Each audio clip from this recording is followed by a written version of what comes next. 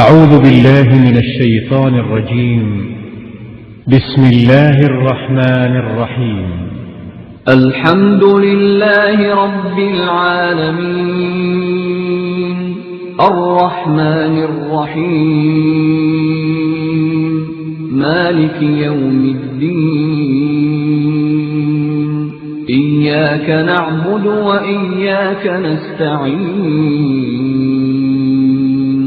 اهدنا الصراط المستقيم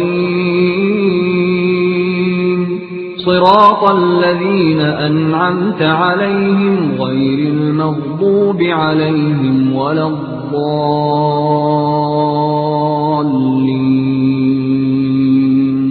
بسم الله الرحمن الرحيم. ألف لام ميم. ذلك الكتاب لا ريب فيه هدى للمتقين الذين يؤمنون بالغيب ويقيمون الصلاة ومما رزقناهم ينفقون.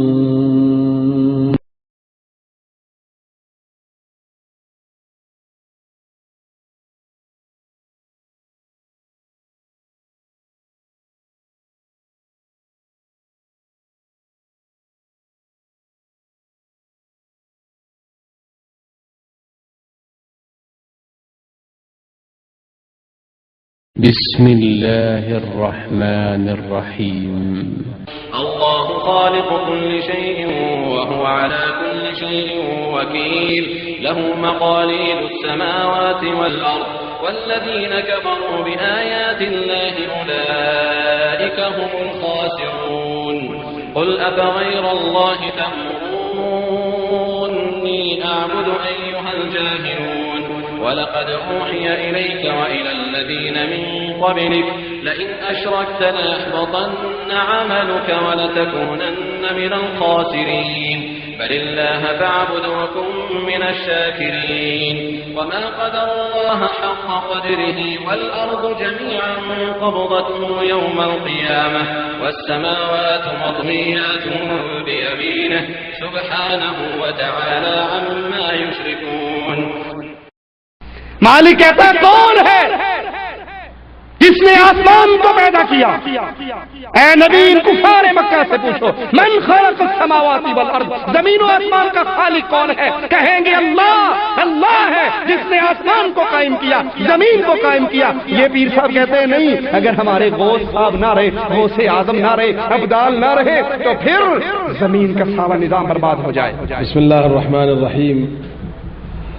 الحمد للہ رب العالمین والصلاة والسلام علی رسولہ الکریم وعلی آلہ واصحابہ اجمعین وبعد. محترم حاضرین اکرام، دوستوں، بھائیوں اور محترم خواتین، میں پروگرام کا آغاز کرتا ہوں. سب سے پہلے دعوت کلام پاک کے لیے ہمارے سب سے چھوٹے قاری اور سب سے ننھے منھے قاری کو آپ کے سامنے بلا رہا ہوں، جن کا نام ہے عبدالوہاب بن نصر اللہ خان صاحب. آپ کے سامنے انشاءاللہ تلاوت کلام پاک کے بعد پھر پروگرام شروع ہوگا. اعوذ باللہ من الشیطان الرجیم. بسم اللہ الرحمن الرحیم. اذا الشمس كورت واذا النجوم انكدرت وإذا الجبال سيرت وإذا الحشار عطلت وإذا الوحوش حشرت وإذا البحار سجرت وإذا النفوس زوجت زوجت وإذا الموءودة سئلت بأي ذنب قتلت وإذا الصحف نشرت وإذا السماء كشطت وإذا الجحيم سعرت وإذا الجنة أزلفت علمت نفس ما أحضرت فلا أقسم بالخنس الجوار الكنس والليل إذا عسعس والصبح إذا تنفس إنه لقول رسول كريم ذي قوة عند ذي العرش مكين مطاع ثم أمين. میں اب دعوت دیتا ہوں فضیلت الشیخ سید توصیف الرحمان شاہ راشدی کو اسٹیج پر تشریف لائیں اور اپنے ایمان افروز بیان سے ہم سب کے ایمان میں جلا بخشیں. جزاکم اللہ خیرا. ان الحمد لله نحمده ونستعينه ونستغفره ونعوذ بالله من شرور انفسنا ومن سيئات اعمالنا من يهده الله فلا مضل له ومن يضلل فلا هادي له. أشهد أن لا إله إلا الله وحده لا شريك له وأشهد أن محمدا عبده ورسوله. أما بعد أعوذ بالله السميع العليم من الشيطان الرجيم. بسم الله الرحمن الرحيم. قل هو الله أحد الله الصمد لم يلد ولم يولد ولم يكن له كفوا أحد.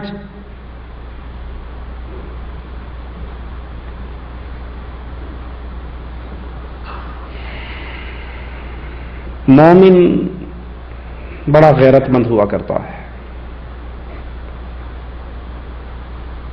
رسول اللہ صلی اللہ علیہ وسلم نے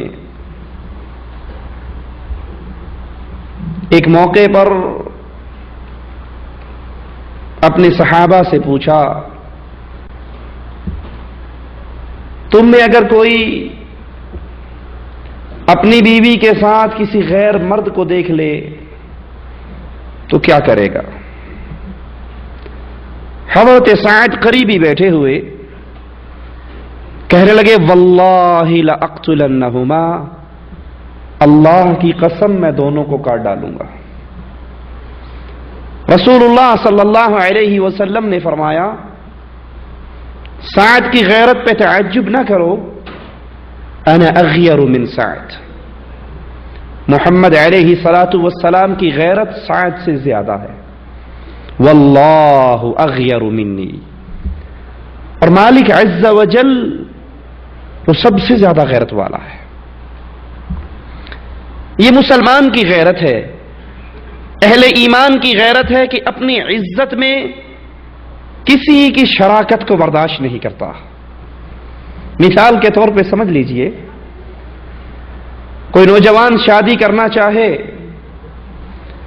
اور جہاں اس کی دل کی تمنا ہے کہ یہاں میرا نکاح ہو جائے، وہ محترمہ نکاح سے پہلے اس کو پیغام بھیجتی ہے کہ مجھے آپ سے یہ شادی منظور ہے ایک شرط پر،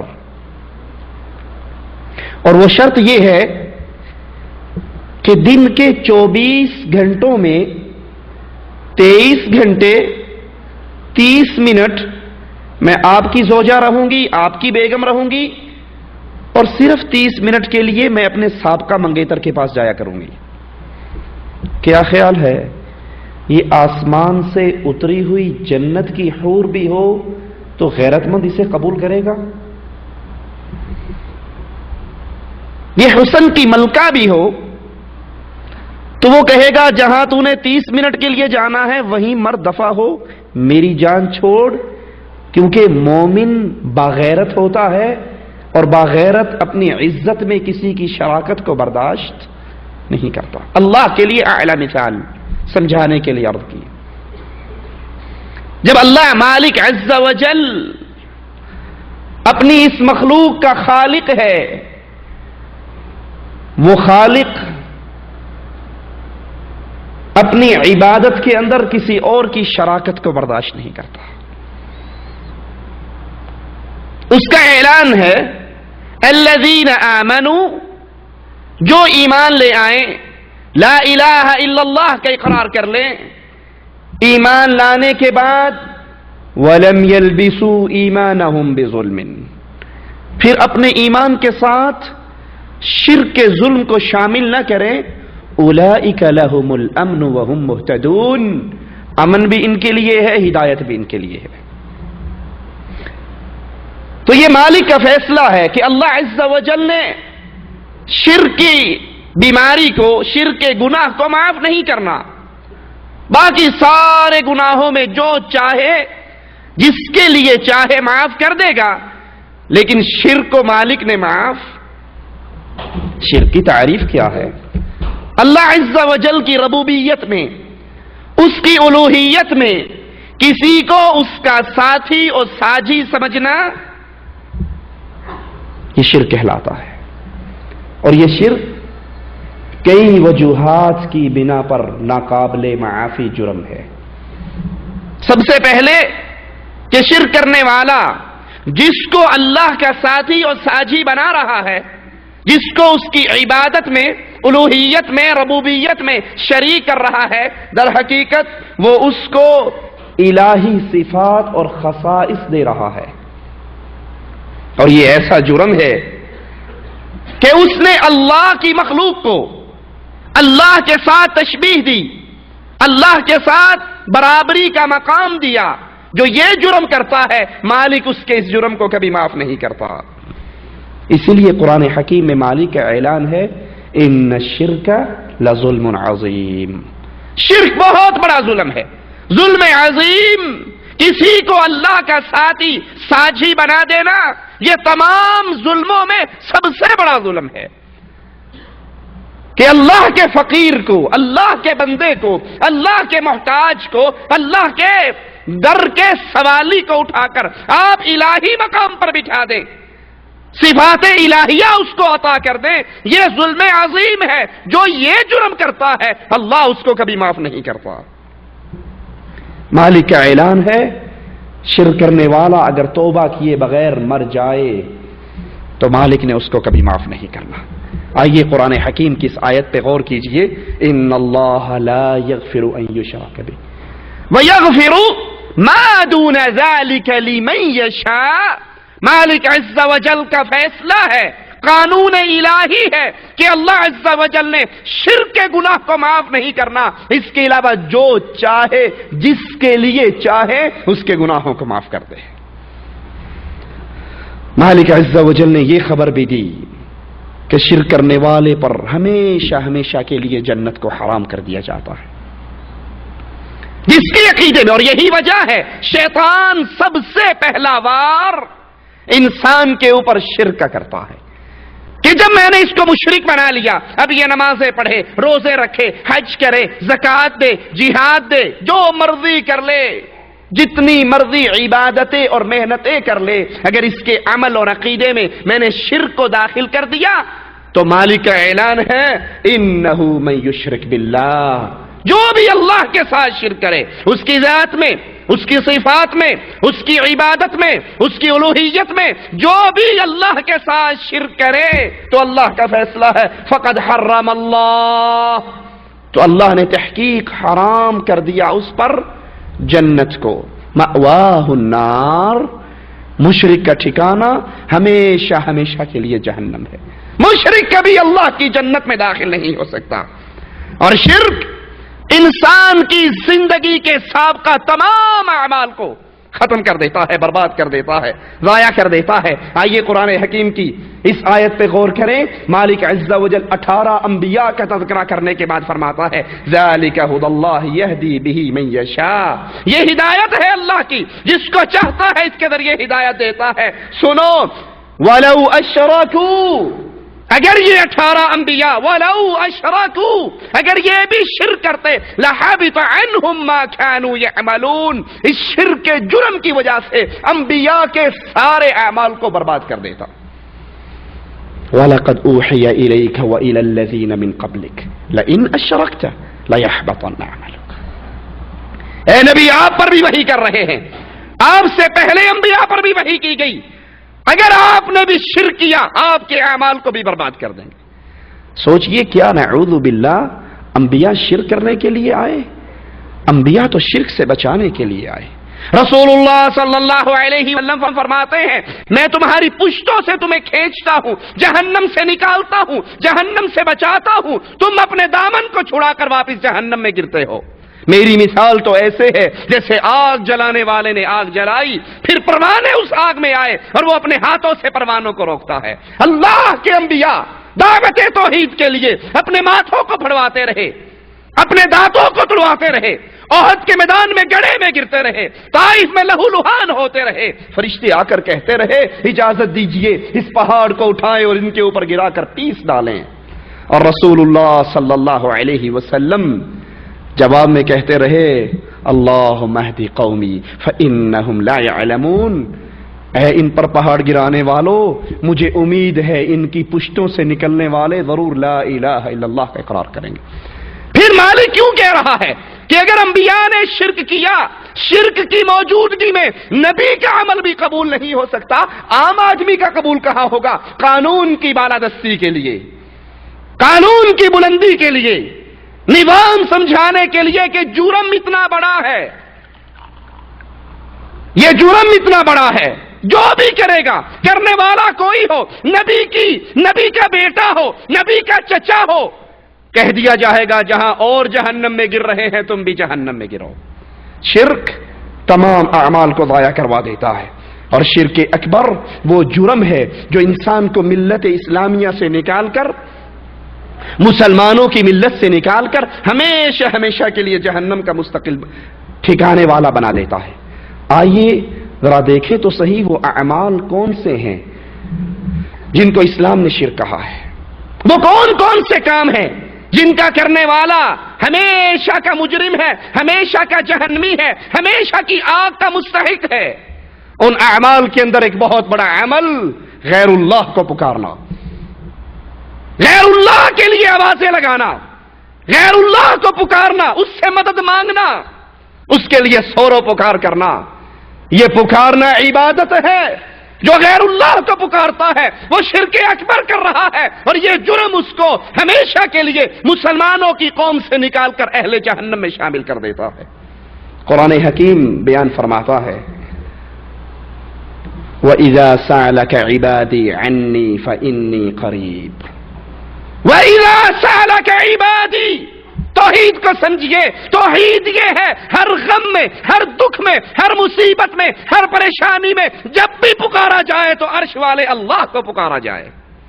اے نبی، جب میرے بندے پوچھیں عنی، اللہ کے بارے میں، فإنی قریب، بندے پوچھیں کہ اللہ کہاں ہے، کوٹھے پہ چڑھنے کے لیے سیڑھی لگانی پڑتی ہے، تھانے دار کو ملنے کے لیے سپاہی پکڑنا پڑتا ہے، بادشاہ کو ملنے کے لیے امیر پکڑنا پڑتا ہے، تو اللہ کو ملنے کے لیے کیا کرنا پڑے گا؟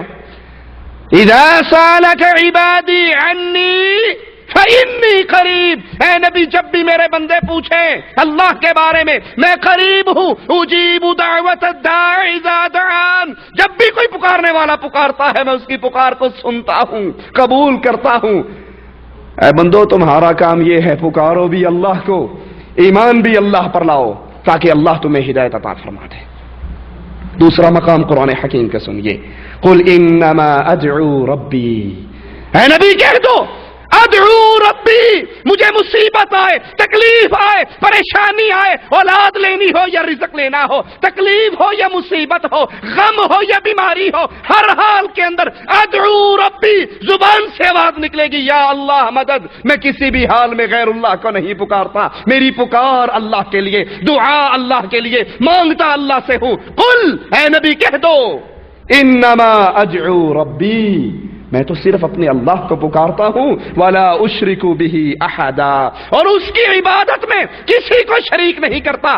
ثابت کیا ہوا آیت سے؟ اللہ کو پکارا جائے تو اللہ کی عبادت ہے. یا علی مدد کا نعرہ لگایا جائے، یا رسول اللہ مدد کا نعرہ لگایا جائے، یا عبد القادر جیلانی مدد کا نعرہ لگایا جائے، غیر اللہ کو پکارا جائے. اللہ کو پکارنا اللہ کی عبادت ہے، غیر اللہ کو پکارنا اللہ کی عبادت میں اس کو شریک بنانا ہے.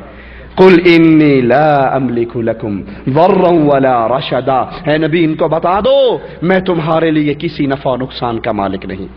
اے میری امت، قیامت تک آنے والے کلمہ گو، کلمہ پڑھنے والے مسلمان، اپنے نبی کا پیغام سن لو. قرآن حکیم بتا رہا ہے نبی ان کو کہہ دو لا املک لکم ضرا ولا رشدا، میں نہ تمہارے نفع کا مالک ہوں، نہ تمہارے لیے فائدوں کا مالک ہوں، نہ تمہارے لیے مصیبت دور کرنے کا مالک ہوں. نفع و نقصان میرے ہاتھ میں نہیں. جب نفع و نقصان رسول اللہ کے ہاتھ میں نہیں تو پھر یا رسول اللہ مدد کا نعرہ نہیں لگایا جا سکتا، پھر یا علی مدد کی پکار بلند نہیں ہو سکتی.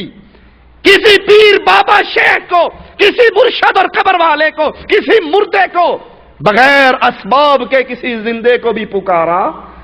جب رسول صلی اللہ علیہ وسلم نفع نقصان کے مالک نہیں تو اور کون ہو سکتا ہے جس کے ہاتھ میں اختیار ہو؟ آئیے قرآن حکیم کو سنیں. وَادْعُوهُ مُخْلِصِينَ لَهُ الدِّينَ، جب بھی پکارو تو خالص ایک اللہ کو پکارو. وَأَنَّ الْمَسَاجِدَ لِلَّهِ فَلَا تَدْعُوا مَعَ اللَّهِ أَحَدًا، یہ مسجدیں تو اللہ کا گھر ہیں، یہ مسجدیں تو اللہ کے لیے ہیں. ان المساجد للہ، یہ ساری مسجدیں اللہ کی ہیں. فلا تدعوا مع اللہ احدا، تو اللہ کی مسجدوں میں اللہ کے ساتھ کسی غیر کو نعرہ رسالت یا رسول اللہ لگانے والوں، نعرہ حیدری یا علی کے آوازیں بلند کرنے والوں، یہ مسجدیں اللہ کی ہیں اور مالک کا فیصلہ ہے، مالک کا آرڈر ہے، مالک کا قانون ہے. اللہ کی مسجدیں ہیں، اللہ کی مسجدوں میں اللہ کے ساتھ غیر کو نہ پکارو. ان آیات سے ثابت ہوا کہ جب بھی پکارا جائے، جب بھی مدد مانگی جائے، صرف ایک اللہ سے. کیوں کہ اللہ مخلوق کی ہر تکلیف کا علم رکھتا ہے. اللہ سے کیوں مانگا جائے، اللہ کو کیوں پکارا جائے؟ کیونکہ مخلوق کو جتنی تکلیف اور پریشانی، مصیبت، غم اور دکھ ہے اس کا علم کس کے پاس ہے؟ صرف ایک اللہ کے پاس. اللہ کے علاوہ کوئی ایسی ہستی نہیں، نہ انبیاء میں، نہ اولیاء میں، نہ ملائکہ میں، نہ فرشتوں میں، نہ جنوں میں، نہ انسانوں میں، جس کو مخلوق کی ہر مصیبت، ہر تکلیف، ہر پریشانی کا علم ہو. یہ علم ہے تو عرش والے اللہ عز و جل کے پاس ہے. مخلوق پر سب سے زیادہ مہربان اللہ ہی ہے. رسول اللہ صلی اللہ علیہ وسلم نے دیکھا تھا ایک عورت جس کا بچہ گم گیا، ملنے پر اس کو اپنی چھاتی سے لگاتی ہے، پیار کرتی ہے. صحابہ سے پوچھتے ہیں یا اے میرے نبی پوچھتے ہیں اے میرے صحابہ، کیا یہ عورت اپنے اس معصوم کو آگ میں ڈال دے گی؟ کہا نہیں یا رسول اللہ صلی اللہ علیہ وسلم. کہا پھر سن لو، اللہ مالک اپنی مخلوق پر، اپنے بندوں پر ان کی ماؤں سے بڑھ کر مہربان ہے.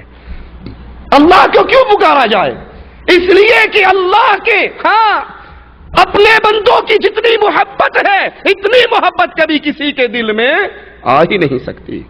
اللہ کو کیوں پکارا جائے؟ کیونکہ اللہ مالک ہر کسی کی پکار کو سنتا ہے، سمجھتا ہے. مثال دے کے سمجھا دوں، کوئی بہت بڑے پیر صاحب ہوں لیکن ہوں پٹھان، خان صاحب ہوں اور بڑی کرنی بھرنی دھرنی والے ہوں، ان کے پاس کیرلا کا آدمی جا کر مانگنا شروع کر دے اپنی کیرلا کی زبان میں تو خوچے کے پلے پڑے گا؟ مارا اس کو تو سمجھ نہیں آئے گا یہ کیا کہتا ہے. اور کوئی پٹھان پنجابی کے پاس اگر پشتو میں مانگنا شروع کر دے تو اس کے پلے پڑے گا؟ ارے انڈیا والا جا کر سری لنکا میں کسی بابے سے مانگے تو اس کے پلے میں کیا پڑے گا؟ ارے اگر مان بھی لیا جائے کہ کوئی بابا ایسا ہے جو تمام لینگویجز کے اندر ماسٹر ہے، وہ ساری زبانیں جانتا ہے، تو پھر بھی سوال ہے کوئی گونگا مانگنے کے لیے چلا جائے تو اس کے پلے کیا پڑے گا؟ ان سے سوال کیا جائے، مان لے کے زندہ ہیں، سنتے ہیں، تو ان کے سامنے تو 4 بندے چلے جائیں لائن لگانی پڑتی ہے۔ اور محمد کریم صلی اللہ علیہ وسلم فرماتے ہیں، مالک کا اعلان سناتے ہیں، یا معشر الجن والانس، اے انسانوں اور جنوں، لو اولکم وآخرکم، تمہارے اگلے پچھلے انسان جن چھوٹے بڑے ایک جگہ پہ اکٹھے ہو کر اپنے اللہ کو پکارنا شروع کر دیں، اللہ سب کی پکار سن لے، پٹھان کی بھی سنے، پشتو کی سنے، کیرلا کی سنے، ہندی کی سنے، اردو کی سنے، ہر زبان کو، مالک پر زبانیں مختلف نہیں، مالک پہ لہجات مختلف نہیں، مالک کو سنانے کے لیے لوگوں کو لائن نہیں بنانی پڑتی، سارے مل کے مانگے، جو مانگے اللہ سن کے ان کو عطا بھی کر دے۔ اللہ کے خزانے میں اتنی کمی نہیں ہوتی جتنی سوئی کو سمندر میں ڈال کے نکال لیا جائے۔ اللہ کو کیوں پکارا جائے؟ کیونکہ اللہ اپنی مخلوق پر سب سے بڑھ کر مہربان ہے، اور اللہ عز و جل مخلوق کی تکلیف دور کرنے پر قادر ہے، کسی اور کو یہ قدرت حاصل، پھر اس علیم رحیم قدیر ذات کو چھوڑ کر کسی اور کو پکارا جائے، یہی پکارنا شرک ہے، کیونکہ ان کے پلے میں کچھ نہیں۔ مالک کا اعلان ہے، وَمَن نَّصْرُ إِلَّا مِنْ عِنْدِ اللَّهِ، فوج تو حملہ کرتی ہے یا علی مدد کہہ کر، دشمن کو مارا جاتا ہے یا علی مدد کہہ کر۔ پاکستان کے ایک بازار سے میں گزر رہا، وہاں پر ISO کی طرف سے ایک نعرہ دیوار پہ لکھا ہوا، یا علی مدد کہنا سنت انبیاء ہے، لا حول ولا قوت الا باللہ۔ پکارو علی کو، نعت علی مظہر العجائب تجدہ عونا لک فی النوائب، کل ہم وغم سینجلی بولایتک یا علی۔ علی مشکل کشا، علی مدد کرنے والے۔ لی خمسہ اطفی بہا حر الوبا، مصطفیٰ مرتضی وابنیہما والفاطمہ، ہمارے 5 تن پاک ہیں، ہماری مدد کرتے ہیں، مصیبتیں دور کرتے ہیں، محمد صلی اللہ علیہ وسلم، علی مولا مشکل کشا، حسن حسین امامین اور فاطمہ، یہ 5 تن پاک مل کے ہماری مصیبتوں کو دور کرتے ہیں، ہمارے اوپر مدد کا نزول ہوتا ہے۔ اور قرآن کیا کہتا ہے، وَمَن نَّصْرُ إِلَّا مِنْ عِنْدِ اللَّهِ، مدد تو اللہ ہی اتارتا ہے، مدد کے خزانے تو اللہ کے پاس ہے۔ بدر کا میدان ہے، محمد بھی ہے، علی بھی ہے، صحابہ بھی ہے، سب کی موجودگی کے اندر اللہ کے نبی اپنے ماتھے کو زمین پہ رکھ کے کہتے ہیں، اللہ اپنے وعدوں کو پورا فرما دے۔ اس طرح جب اللہ کو چھوڑ کر، یہ اللہ کے ساتھ ساتھ دونوں صورتوں میں اللہ کو کلی طور پر چھوڑ دیا جائے یا اللہ کو بھی ساتھ، یا اللہ مدد، نعرہ تکبیر اللہ اکبر، نعرہ رسالت یا رسول اللہ، نعرہ حیدری یا علی، ان تینوں کو نعروں کو اکٹھا لگایا جائے، یا اللہ کو چھوڑ کر صرف ان کو پکارا جائے، غیر اللہ کو پکارنا شرک ہے۔ کیوں؟ یہ پکارنا عبادت ہے۔ رسول اللہ صلی اللہ علیہ وسلم فرماتے ہیں، ابو داؤد اور ترمذی میں یہ روایت ہے، ان الدعاء هو العبادہ، دعا ہی تو عبادت ہے، دعا ہی تو عبادت ہے، دعا عبادت کا مغز ہے، دعا ہی عظیم ترین عبادت ہے۔ جب اللہ سے پکارا جائے، اللہ سے مانگا جائے، اللہ کے لیے آواز بلند کی جائے تو یہ اللہ کی عبادت ہوگی، اور اللہ کو چھوڑ کر جب غیر کو پکارا جائے گا تو غیر کی عبادت ہوگی۔ قرآن حکیم بیان فرماتا ہے، وَإِذَا رَأَى الَّذِينَ أَشْرَكُوا شُرَكَاءَهُمْ قَالُوا رَبَّنَا هَؤُلَاءِ شُرَكَاؤُنَا الَّذِينَ كُنَّا نَدْعُو مِن دُونِكَ۔ سبحان اللہ، قیامت کے دن اہل شرک، غیر اللہ کو پکارنے والے، تکلیفوں اور مصیبتوں میں غیروں سے مدد مانگنے والے، مولا علی مشکل کشا میری کشتی پار لگا دینا، حق باؤ تاک باؤ یاری اڑیا پار لائیں، غیر اللہ کو پکارنے والے، غیر اللہ سے مانگنے والے، غیر اللہ کے لیے سورا پکار کرنے والے، جب ان کو دیکھیں گے جن کو وہ دنیا میں پکارا کرتے تھے، وہ چیخ اٹھیں گے، اے اللہ یہ وہ ہیں جن کو ہم تجھے چھوڑ کر پکارا کرتے تھے، اور کہا کرتے تھے ساڑیاں سندا نہیں انہاں دیاں موڑدا نہیں، ساڑیاں انہاں دے اگے انہاں دی او دے اگے جی بغیر سیڑھیوں کوٹھے تے چڑھ سکتے ہو؟ پٹھیاں گلاں وہابیاں نے سکھا دیا. کوٹھے تے چڑھنے واسطے سیڑھی لانی پڑتی ہے. مالک کہتا ہے میں تمہاری شاہ رگ سے قریب ہوں. کون سا بے وقوف ہے جو شاہ رگ پہ چڑھنے کے لیے سیڑھی لگائے گا؟ اے اللہ، یہ وہ تھے، ہمیں مصیبت آتی ہم مصیبت میں کہتے پیر جیلانی ہماری کشتی پار لگا دے. ہمیں تکلیف آتی ہم کہتے حق باؤ، باہو سار دھکا لگانا، ہم تو کشتی پہ بیٹھنے لگے ہیں. وہ اسی لیے کہتے ہیں کشتی چلی تو کشتی میں ایک میراثی بھی تھا. ملاح نے کہا یاری اڑیا پار لائیں، وہ میراثی چھلانگ مار کے نیچے اتر گیا. لوگوں نے کہا بے وقوف، اب تو کشتی بھری ہے، مسافروں سے چلنے لگی ہے، تم نیچے کیوں اتر گئے؟ کہتے ملا نے کہا ہے یاری واڑیا پار لائیں، اور مولوی صاحب نے بتایا تھا کشتی ڈوب گئی تھی، 12 سال بعد 11ویں والے نے پار لگائی تھی. میں نے صبح عدالت میں پیشی پہ جانا ہے، میں 12 سال پانی کے اندر رہ کر انتظار نہیں کر سکتا. اے اللہ، یہ وہ ہیں جن کو تجھے چھوڑ کر ہم پکارا کرتے تھے. اس سے ثابت ہوا کہ غیر اللہ کا پکارنا غیر اللہ کی عبادت ہے. اور افسوس، صد افسوس، آج مسلمانوں میں یہ بیماری کثرت سے موجود ہے. میری ایک بات کو یاد رکھنا اور ناراض نہ ہونا، ہو بھی جاؤ تو میں قربانی کی کھالیں اکٹھی کرنے نہیں آیا، چندے مانگنے نہیں آیا. مسلمان امت کے اندر کلمہ پڑھنے والے مسلمان، کلمہ گو مسلمان، جب تک اس امت میں شرک اکبر رہے گا، بڑی کڑوی بات ہے لیکن حقیقت کڑوی ہوا کرتی ہے، جب تک امت مسلمہ کلمہ پڑھنے والی قوم شرک اکبر کرتی رہے گی، اللہ کی قسم ان کے پاس پوری دنیا کی قوتیں آ جائیں، ایک ایٹم بم نہیں کروڑ ہے ایٹم بم بنا لے، جب تک یہ امت شرک اکبر میں مبتلا رہے گی، یہود بھی ان کو ماریں گے، نصارہ بھی ماریں گے، مشرک بھی ماریں گے. کیونکہ عزت دینے والا کون؟ اللہ عز و جل. اور مشرک کو اللہ کبھی عزت، جب تک ہمارے علاقوں میں کلمہ پڑھنے والی قوم درگاہوں اور درباروں پہ گرتی رہے گی، اللہ کو چھوڑ کر کسی کو داتا، کسی کو غریب نواز، کسی کو بندہ نواز، کسی کو بندہ پرور، کسی کو گنج بخش کے خطاب دیتی رہے گی، اللہ کے ساتھ ساتھ ان گلیوں میں معبودوں کو، دفن ہوئے معبودوں کو، جھوٹے معبودوں کو پوجا جائے گا. مسلمان کبھی عزت کی راہ پہ چل سکتا؟ عزت کا ایک ہی راستہ ہے، الذین آمنوا وَلَمْ يَلْبِسُوا إِيمَانَهُمْ بِظُلْمٍ.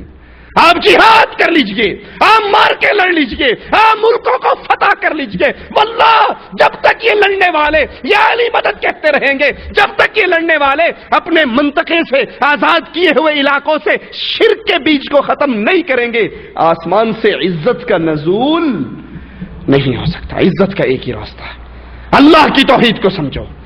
یہ بیماری غیر اللہ کو پکارنے کی کفار مکہ میں تھی، اور آج یہی جرم، یہی شرک، یہی کفر کلمہ پڑھنے والے مسلمانوں کے اندر موجود ہے. یہ ہمارے ہاتھ کے اندر شمائم امدادیہ. کچھ لوگوں کو تکلیف ہوگی لیکن پہلے ہی معافی مانگتا ہوں. ڈاکٹر جب آپریشن کرتا ہے مریض تڑپتا ہے، لیکن عقل مند ڈاکٹر کون سا ہوتا ہے؟ جو چیرا لگا کے اس کے اندر سے گندگی نکال دے، اور جو کہے یہ تڑپے گا، یہ روئے گا، آپریشن رہنے دو، اوپر ہی اوپر ملم لگا دیتے ہیں. تو کیا خیال ہے وہ زہر اندر پھیلے گا یا نہیں؟ اس کی تھوڑی سی تکلیف کو ڈر کی وجہ سے اگر اس کی گندگی کو نہ نکالا جائے تو پورا بازو ہی کاٹنا پڑ جاتا ہے. تکلیف تو ہوگی لیکن یاد کر لو توحید کی دعوت بڑی کڑوی ہے، بڑی سخت ہے. جب تک ہمارے اندر غیر اللہ کی عبادت کے جراثیم رہیں گے، امت اسلام عزت کے راستے پر نہیں چل سکتی. جس طرح وہ غیر اللہ کو پکارا کرتے تھے، آج ہم کلمہ پڑھ کے غیر اللہ کو پکارتے ہیں. یہ ہمارے ہاتھ کے اندر شمائم امدادیہ. رائٹر ہے اس کے حاجی امداد اللہ مہاجر مکی، جو علماء دیوبند میں سارے علماء کے، تھانوی صاحب کے بھی، نانوتوی صاحب کے بھی، قاسمی صاحب کے بھی، سارے بزرگوں کے پیر شیخ مرشد ہیں. ان کی یہ کتاب، اور اس کا صفحہ نمبر 83 ہے. صفحہ نمبر 83 پہ آئیے ذرا سنیے وہ اللہ عز و جل کو چھوڑ کر غیروں سے مدد کس طرح مانگتے ہیں. اپنے پیر، ان کے پیر کا نام ہے نور محمد، اپنے پیر نور محمد کے بارے میں کہتے ہیں شمائم امدادیہ صفحہ 83 شائع ہوئی ہے مدنی کتب خانہ بیرون بوہڑ گیٹ ملتان سے. ملتان جہاں 1.25 لاکھ ولیوں کی قبریں ہیں، جو مدینہ الاولیاء ہے، اور ہم کہتے ہیں وہ مدینہ الشرک ہے. کہتے ہیں ملتان میں گرمی بڑی پڑتی ہے. وہ جی کیوں پڑتی ہے؟ کہا وہ آپ تو وہابی ہو نا، مانتے نہیں ہو. وہاں پر شاہ شمس تبریز صاحب تھے، ان کو بھوک لگی تو کسی نے کھانا نہ دیا، ایک قصائی نے گوشت کا ٹکڑا دے دیا. اب وہ گوشت کا ٹکڑا لے کر ایک ایک کو کہتا ہے بھون دو بھون دو بھون دو. کسی نے نہیں بھون کے دیا. جلال میں آئے. یہ بابے جب جلال میں آتے ہیں تو جمال کر جاتے ہیں. جلال میں آئے، آسمان کی طرف منہ کر کے کہا سورج کو تو بھی شمس ہے میں بھی شمس ہوں، یہاں تو کوئی نہیں بھونتا، تو ہی نیچے آ جا. وہ سورج سوا نیزے پہ آ گیا. انہوں نے گوشت کا ٹکڑا آگے کیا، وہ روسٹ کر کے مشوی بنا کے بھاگ گیا. اس دن سے کہتے ہیں ملتان میں بڑی گرمی پڑتی ہے. ہم پوچھتے ہیں عقل کے اندھو، اس کھوپڑی کو ذرا استعمال کر کے تو سوچو، وہ سورج جو سوا نیزے پہ آ کے بابا جی کے ہاتھ میں پکڑے ہوئے گوشت کے ٹکڑے کو روسٹ کر گیا، اس 2.5 من گوشت کو کیوں زندہ سلامت چھوڑ گیا؟ اس نے کیمیکل لگا رکھا تھا، یہ کیوں بچ گیا؟ وہ صرف 1 پاؤ گوشت روسٹ ہوا، یہ 2.5 من کا پورا بابا پھر رہا تھا، اس کو کچھ نہیں ہوا. خیر، حضرت فرماتے ہیں اپنے پیر کو تم ہو اے نور محمد خاص محبوب خدا، ہند میں ہو نائب حضرت محمد مصطفیٰ، تم مددگار مدد امداد کو پھر خوف کیا، عشق کی پر سن کے باتیں کانپتے ہیں دستوں پا، ایشے نور محمد وقت ہے امداد کا، آسرا دنیا میں ہے بس تمہاری ذات کا. آسرا دنیا میں ہے، کس کا آسرا ہے مسلمانوں ہمیں؟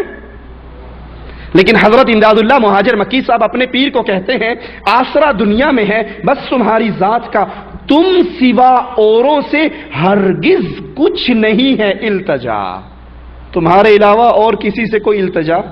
ابراہیم علیہ السلام آگ میں گر رہے، جبرائیل آ کر کہتے ہیں کوئی حاجت ہے؟ چاہو تو بارش برسا کے آگ کو بجھا دوں. کہا حاجت تو ہے پر تجھ سے نہیں تیرے رب سے ہے جس کے لیے گر رہا ہوں. یہاں حضرت کہتے ہیں تم سوا اوروں سے ہرگز کچھ نہیں ہے التجا، بلکہ دن محشر کے جس وقت قاضی ہو خدا، آپ کا دامن پکڑ کر یہ کہوں گا برملا ایش نور محمد وقت ہے امداد کا. جب حشر کا میدان ہوگا، اللہ کی عدالت لگی ہوگی، پیر جی میں آپ کا دامن پکڑ کر کہوں گا پیر جی بچاؤ، نور محمد بچاؤ. اور محمد کریم صلی اللہ علیہ وسلم لخت جگر فاطمہ سے کہتے ہیں خذی من مالی ما شئتی، اے فاطمہ، اے بنت محمد، جو تیرا جی چاہتا ہے میرے مال میں سے اٹھا کر لے جا. بیٹی عمل کرنا، لا اغنی عنک من اللہ شیئا، اگر اللہ نے تجھے پکڑ لیا تو میں چھوڑا. اللہ کی عدالت میں اپنے چچا کو مخاطب کر کے کہتے ہیں اے چچا عباس عمل کرنا، اللہ نے پکڑ لیا تو میں نہیں چھڑا سکوں گا. اے پھوپھی عمل کرنا، اللہ نے پکڑ لیا تو میں. غیر اللہ کو پکارنا، غیر اللہ سے مدد مانگنا، یہ وہ بنیادی جرم ہے جو غیر اللہ کی عبادت بنتا ہے. اللہ کی عبادت میں ان کو شریک بنایا جاتا ہے. یہ وہ شرک اکبر ہے کہ تکلیفوں میں، مصیبتوں میں، پریشانیوں میں، غموں میں انسان اللہ سے تعلق توڑ کر ان کو پکارے جو خود اللہ کے محتاج ہیں، جو اللہ کے فقیر ہیں، جن کے اختیار میں کچھ نہیں. جب ان کو پکارا جاتا ہے، یہ پکارنا اللہ کی عبادت میں شرک ہے.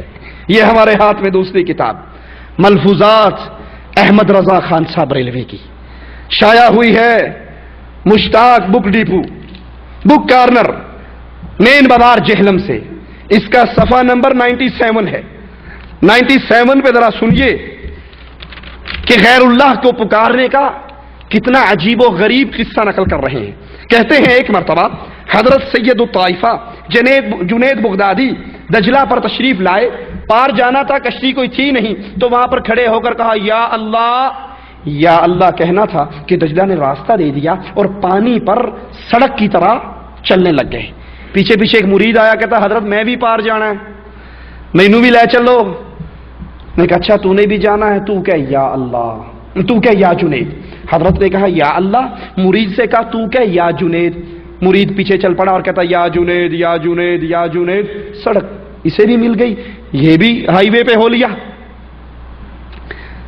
احمد رضا خان صاحب لکھتے ہیں جب بیچ دریا کے پہنچا، واللہ العظیم کسی بھائی کو یقین نہ آئے تو سٹیج پہ آ کر پڑھ سکتا ہے، جب بیچ دریا کے پہنچا تو شیطان لعین نے، الفاظوں پہ غور کرنا، شرک کس طرح اس کلمہ پڑھنے والی قوم میں داخل ہو چکا ہے۔ جب بیچ دریا کے پہنچا تو شیطان لعین نے دل میں وسوسہ ڈالا کہ پیر صاحب خود کہتے ہیں یا اللہ اور مجھے کہتے ہیں تو کہ یا جنید یا جنید، تو میں بھی اللہ کو کیوں نہ پکاروں، تو میں بھی اللہ ہی کہتا ہوں۔ اس نے کہا یا اللہ، اتنا کہنا تھا کہ فوراً غرق ہو گیا۔ اللہ کو پکارنا تھا کہ غرق ہو گیا۔ جنید کو پکارا تو چل رہا تھا، اللہ کو پکارا تو غرق ہو گیا۔ ڈوبتے ہوئے کہا حضرت میں تو گیا۔ کہا تجھے کس پاگل نے کہا تھا یا اللہ کہ تو کہ یا جنید؟ اس نے کہا یا جنید، پانی نے پھر اوپر لایا ہے، پھر چلنے لگ گیا۔ سبحان اللہ۔ میرے نبی درخت کے نیچے لیٹے ہوئے، ایک اعرابی کافر آتا ہے، ہاتھ میں تلوار ہے، نبی سو رہے ہیں، کہتا ہے اے محمد صلی اللہ علیہ وسلم تجھے مجھ سے کون بچائے گا؟ نبی کے ہاتھ میں کچھ نہیں، کافر تلوار تان کے کھڑا ہے، کہا تجھے مجھ سے، میری تلوار سے کون بچائے گا؟ میرے نبی کی زبان سے جملہ نکلتا ہے اللہ۔ وہ کافر کانپتا ہے، تلوار زمین پہ گر جاتی ہے۔ نبی تو کافر کو کہے اللہ، اس کے ہاتھ سے تلوار گر جائے، وہ بچ جائے۔ یہ کلمہ پڑھنے والی قوم اللہ کو پکارا تو غرق ہو گیا، پیر جی کو پکارا تو راستہ دے دیا۔ کہا حضرت میں تو گیا۔ کہا تجھے کس نے کہا تھا یا اللہ کہنے کا؟ تو کہ یا جنید۔ اس نے کہا یا جنید، دریا نے راستہ دے دیا۔ سبحان اللہ۔ اکرما ابو جہل کا بیٹا ہے، یمن کی طرف بھاگ رہے ہیں، کشتی میں سوار ہیں، کشتی بھنور میں پھنستی ہے۔ یہ بیماری بہت بڑی ہے لوگوں، قصے کہانیاں سنانا ہمیں بھی آتا ہے، قصہ یوسف سنا کر آپ سے واہ واہ کی داد لے کر ہم بھی جا سکتے ہیں، دائی حلیمہ کی لوریاں سنانا ہمیں بھی آتا ہے، نبی کے حسن کے چرچے کرنا ہماری زبان نے بھی سیکھا ہے، لیکن کیا کروں یہ شرک اکبر بیماری اتنی بڑی ہے، جب اس کو دیکھتے ہیں ذہن سے سارے خیالات نکل جاتے ہیں، اور جب تک یہ بیماری ذہنوں میں رہے گی، عقیدوں میں رہے گی، عمل میں رہے گی، اللہ کی قسم زندگی کا کوئی عمل اللہ کے دربار میں قبول۔ اس لیے اس کینسر کا علاج کیجئے، اور کینسر کیا ہے؟ اللہ کی عبادت میں غیر اللہ کو شریک کرنا۔ کچھ کھل کھلا کر کرتے ہیں، اپنے سپیکروں میں آواز لگاتے ہیں الصلاۃ والسلام علیک یا نور من نور اللہ، اور کچھ پردوں کے پیچھے بیٹھ کر کرتے ہیں۔ اکرما کی کشتی پھنسی، انہوں نے کہا یا لات مدد، یا عزا مدد، یا ہبل مدد، کوئی چھڑانے نہیں آیا، کوئی نکالنے نہیں آیا، نہ 11ویں والا پہنچا، نہ 12ویں والا پہنچا، نہ چھوٹی والا پہنچا، نہ بڑی والا پہنچا۔ پہلے چھوٹی 11ویں تھی، اب بڑی ہو گئی ہے، بڑی 11ویں شریف، چھوٹی 11ویں شریف، دونوں کے الگ الگ بابے ہیں۔ آ کر رسول اللہ کو قصہ سناتے ہیں، اکرما مسلمان ہو کر قصہ سناتے ہیں یا نبی اللہ، ہم نے سب کو پکار کر دیکھ لیا، ہماری مدد کسی نے نہیں کی، ہم نے اپنے بتوں کو دریا میں پھینکا، پانی میں پھینکا، آسمان کی طرف منہ کیا اور کہا یا رب محمد صلی اللہ علیہ وسلم۔ جب سب سے تعلق توڑ کے یا رسول اللہ صلی اللہ علیہ وسلم ہم نے اللہ کو آواز دی، ہماری بھنور میں پھنسی ہوئی کشتی پار نکل آئی۔ یہ تو کفار مکہ تھے۔ فَإِذَا رَكِبُوا فِي الْفُلْكِ دَعَوُا اللَّهَ مُخْلِصِينَ لَهُ الدِّينَ فَلَمَّا نَجَّاهُمْ إِلَى الْبَرِّ إِذَا هُمْ يُشْرِكُونَ۔ مالک کہتا ہے کفار مکہ کشتی میں سوار ہوتے، کشتی ان کی بھنور میں پھنستی، وہ ساروں کو چھوڑ کر خالص اللہ کو پکارتے، اور جب کنارے پہ لگ جاتے تو پھر کہتے فلاں بابے نے لگایا ہے۔ یہ اس دور کے مشرک کا حال تھا، اور آج کلمہ پڑھنے والے کس حد تک شرک کی بیماری میں گر چکے ہیں کہ اللہ کا نام لیا تو غرق ہو گیا، پیر بابا جی کا نام لیا تو پار ہو گیا۔ یہ ہمارے ہاتھ میں تیسری کتاب ہے کلیات امدادیہ، حاجی امداد اللہ مہاجر مکی صاحب کی، اس کا صفحہ نمبر 90 ہے۔ 90 صفحے پر دیکھیے وہ غیر اللہ کو کس طرح پکارتے ہیں، کس طرح ان سے دعائیں مانگتے ہیں، کس طرح ان کے در پر آوازیں بلند کرتے ہیں۔ صفحہ 90 ہے، نالا امداد غریب کلیات امدادیہ، شائع کیا ہے دارالاشاعت اردو بازار کراچی نے۔ کہتے ہیں یا رسول کبریا فریاد ہے، یا محمد مصطفیٰ فریاد ہے، آپ کی امداد ہو، میرا یا نبی حال ابتر ہوا فریاد ہے۔ اللہ کے نبی فوت ہو گئے یا نہیں ہوئے؟ قبر میں دفن ہو گئے، مسلمانوں نے مار کے لڑے، ابو بکر خلیفہ بنے، عرب مرتد ہوئے، کچھ نے انکار کیا زکات کی ادائیگی سے۔ کیا ابو بکر نے رسول اللہ کو پکارا؟ کیا عمر نے رسول اللہ کو پکارا؟ کیا صحابہ کے جب کفار سے مار کے ہوتے تھے ان کی زبان سے یہی جملے نکلتے تھے؟ وہ ہر حال میں اللہ کا پکارا کرتے تھے۔ اور ہم شرکی وادی میں کیسے گرے؟ کہتے ہیں سخت مشکل میں پھنسا ہوں آج کل، اے میرے مشکل کشا فریاد ہے، آپ کی فرقت نے مارا ہے یا نبی، دل ہوا غم سے دو پارا یا نبی، طالب دیدار ہوں دکھلائیے روئے نورانی خدارا یا نبی، لیجئے در پہ بلا کب تک پھروں در بدر مارا یا نبی۔ یہ غیر اللہ کی پکار نہیں تو اور کیا ہے؟ یہ غیر اللہ سے مانگا نہیں جا رہا تو اور کیا ہے؟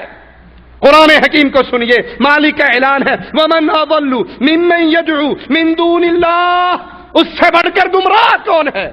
ناراض نہ ہوئیے کہ آپ کا لہجہ سخت ہے، آپ کی زبان سخت ہے، ہماری زبان سخت نہیں، یہ قرآن کا اعلان سنیے۔ وَمَنْ أَضَلُّ، اس سے بڑھ کر گمراہ کون ہے؟ اس سے بڑھ کر سیدھی راہ سے بھٹکا ہوا کون ہے؟ ممن يدعو من دون اللہ من لا يستجیب له الى یوم القیامہ، جو اللہ کو چھوڑ کر ان کو پکارتا ہے، وہ نبی ہو، علی ہو، ولی ہو، پیر ہو، بزرگ ہو، بابا ہو، شیخ ہو، حضرت ہو، ان کو پکارتا ہے من لا يستجیب له الى یوم القیامہ، جو قیامت تک اس کی پکار کا جواب نہیں دے سکتے۔ وہم، سنیں قرآن ایک مسئلہ اور سمجھا رہا ہے، وَهُمْ عَنْ دُعَائِهِمْ غَافِلُونَ، یہ تو پکار رہے ہیں، سنا ہے ہر عاشق کے گھر تشریف لاتے ہو، ہمارے گھر میں بھی ہو جائے چراغاں یا رسول اللہ، یہ تو پکار رہے ہیں اور قرآن فیصلہ دے رہا ہے وَهُمْ عَنْ دُعَائِهِمْ غَافِلُونَ، جن کو پکار رہے ہیں وہ ان کی دعاؤں سے غافل ہیں۔ یہ تو کہتے ہیں قبرستان جاؤ، یہ ہمارے ہاتھ میں احمد رضا صاحب کی کتاب ہے، ملفوظات میں لکھتے ہیں جب قبرستان جاؤ تو سرہانے سے نہ جاؤ، پینتیوں سے ہو کر آؤ، پینتیوں سے آؤ، سرہانے سے نہ آؤ۔ کہا حضرت کیوں؟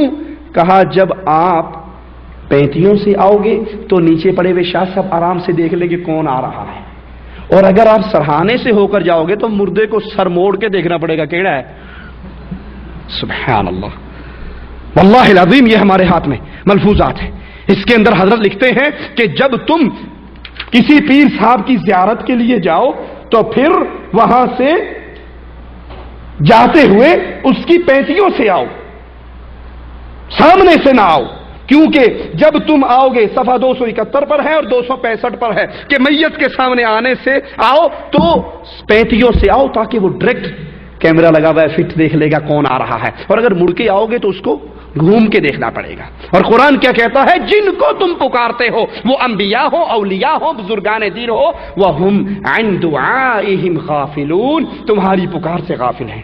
صرف غافل نہیں، وَإِذَا حُشِرَ النَّاسُ، ایک بہکاوا اور دیتے ہیں جی کیا کریں، یہ جو وہابی ہے نا یہ بتوں والی آیات ہمارے اولیاء پر فٹ کرتے ہیں۔ کفار مکہ تو بتوں کو پکارتے تھے نا، تو یہ آیات تو بتوں کے بارے میں اتری، یہ ہمارے انبیاء اور اولیاء اور بزرگان پر فٹ کر دیتے ہیں۔ نہیں میرے بھائی، قرآن حکیم کی آیت پہ غور کیجئے، مالک کہتا ہے وَإِذَا حُشِرَ النَّاسُ، جب لوگوں کو حشر میں اکٹھا کیا جائے گا تو بت اکٹھے ہوں گے؟ کیوں جی بت اکٹھے ہوں گے؟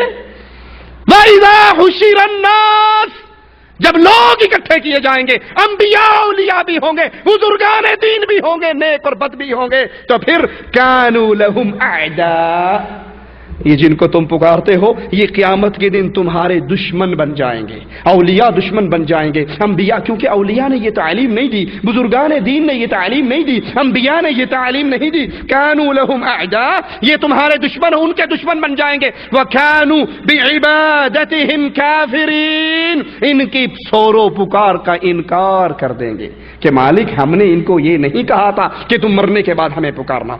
امن یجیب المضطر اذا دعاہ ویکشف السوء، کون ہے جو مصیبت میں پھنسے ہوئے کی پکار کو سنتا بھی ہے، ویکشف السوء، اس کی مصیبت کو دور بھی کرتا ہے، اس کی مشکل کشائی بھی کرتا ہے۔ ویجعلکم خلفاء الارض االہ مع اللہ، کون ہے جس نے زمین کا تمہیں خلیفہ بنایا؟ الہ مع اللہ، کہ اللہ کے علاوہ کوئی مشکل کشا ہے؟ کہ اللہ کے علاوہ کوئی غوث اعظم ہے؟ کہ اللہ کے علاوہ کوئی غریب نواز ہے، بندہ نواز ہے، داتا اور گنج بخش ہے؟ الہ مع اللہ، کہ اللہ کے علاوہ ہے جس کی پوجا کی جائے، جس کو پکارا جائے، جس سے مانگا جائے؟ ہاتھو برہانکم، پوچھئے ان سے دلیل، کوئی دلیل ہے تو دیجئے۔ اسی طرح جس طرح غیر اللہ کو پکارنا شرک ہے، غیر اللہ کے لیے ذبح کرنا بھی شرک ہے، کیونکہ قرآن حکیم میں مالک عز و جل نبی کو حکم دے رہا ہے فَصَلِّ لِرَبِّكَ وَانْحَرْ، نماز کس کے لیے پڑھ؟ اللہ کے لیے۔ اور قربانی کس کے لیے کر؟ قربانی کس کے لیے کی جاتی ہے؟ اللہ کے لیے۔ اور ہم کیا کرتے ہیں؟ کلمہ پڑھنے والی قوم ہماری کیا کرتی ہے؟ حج کر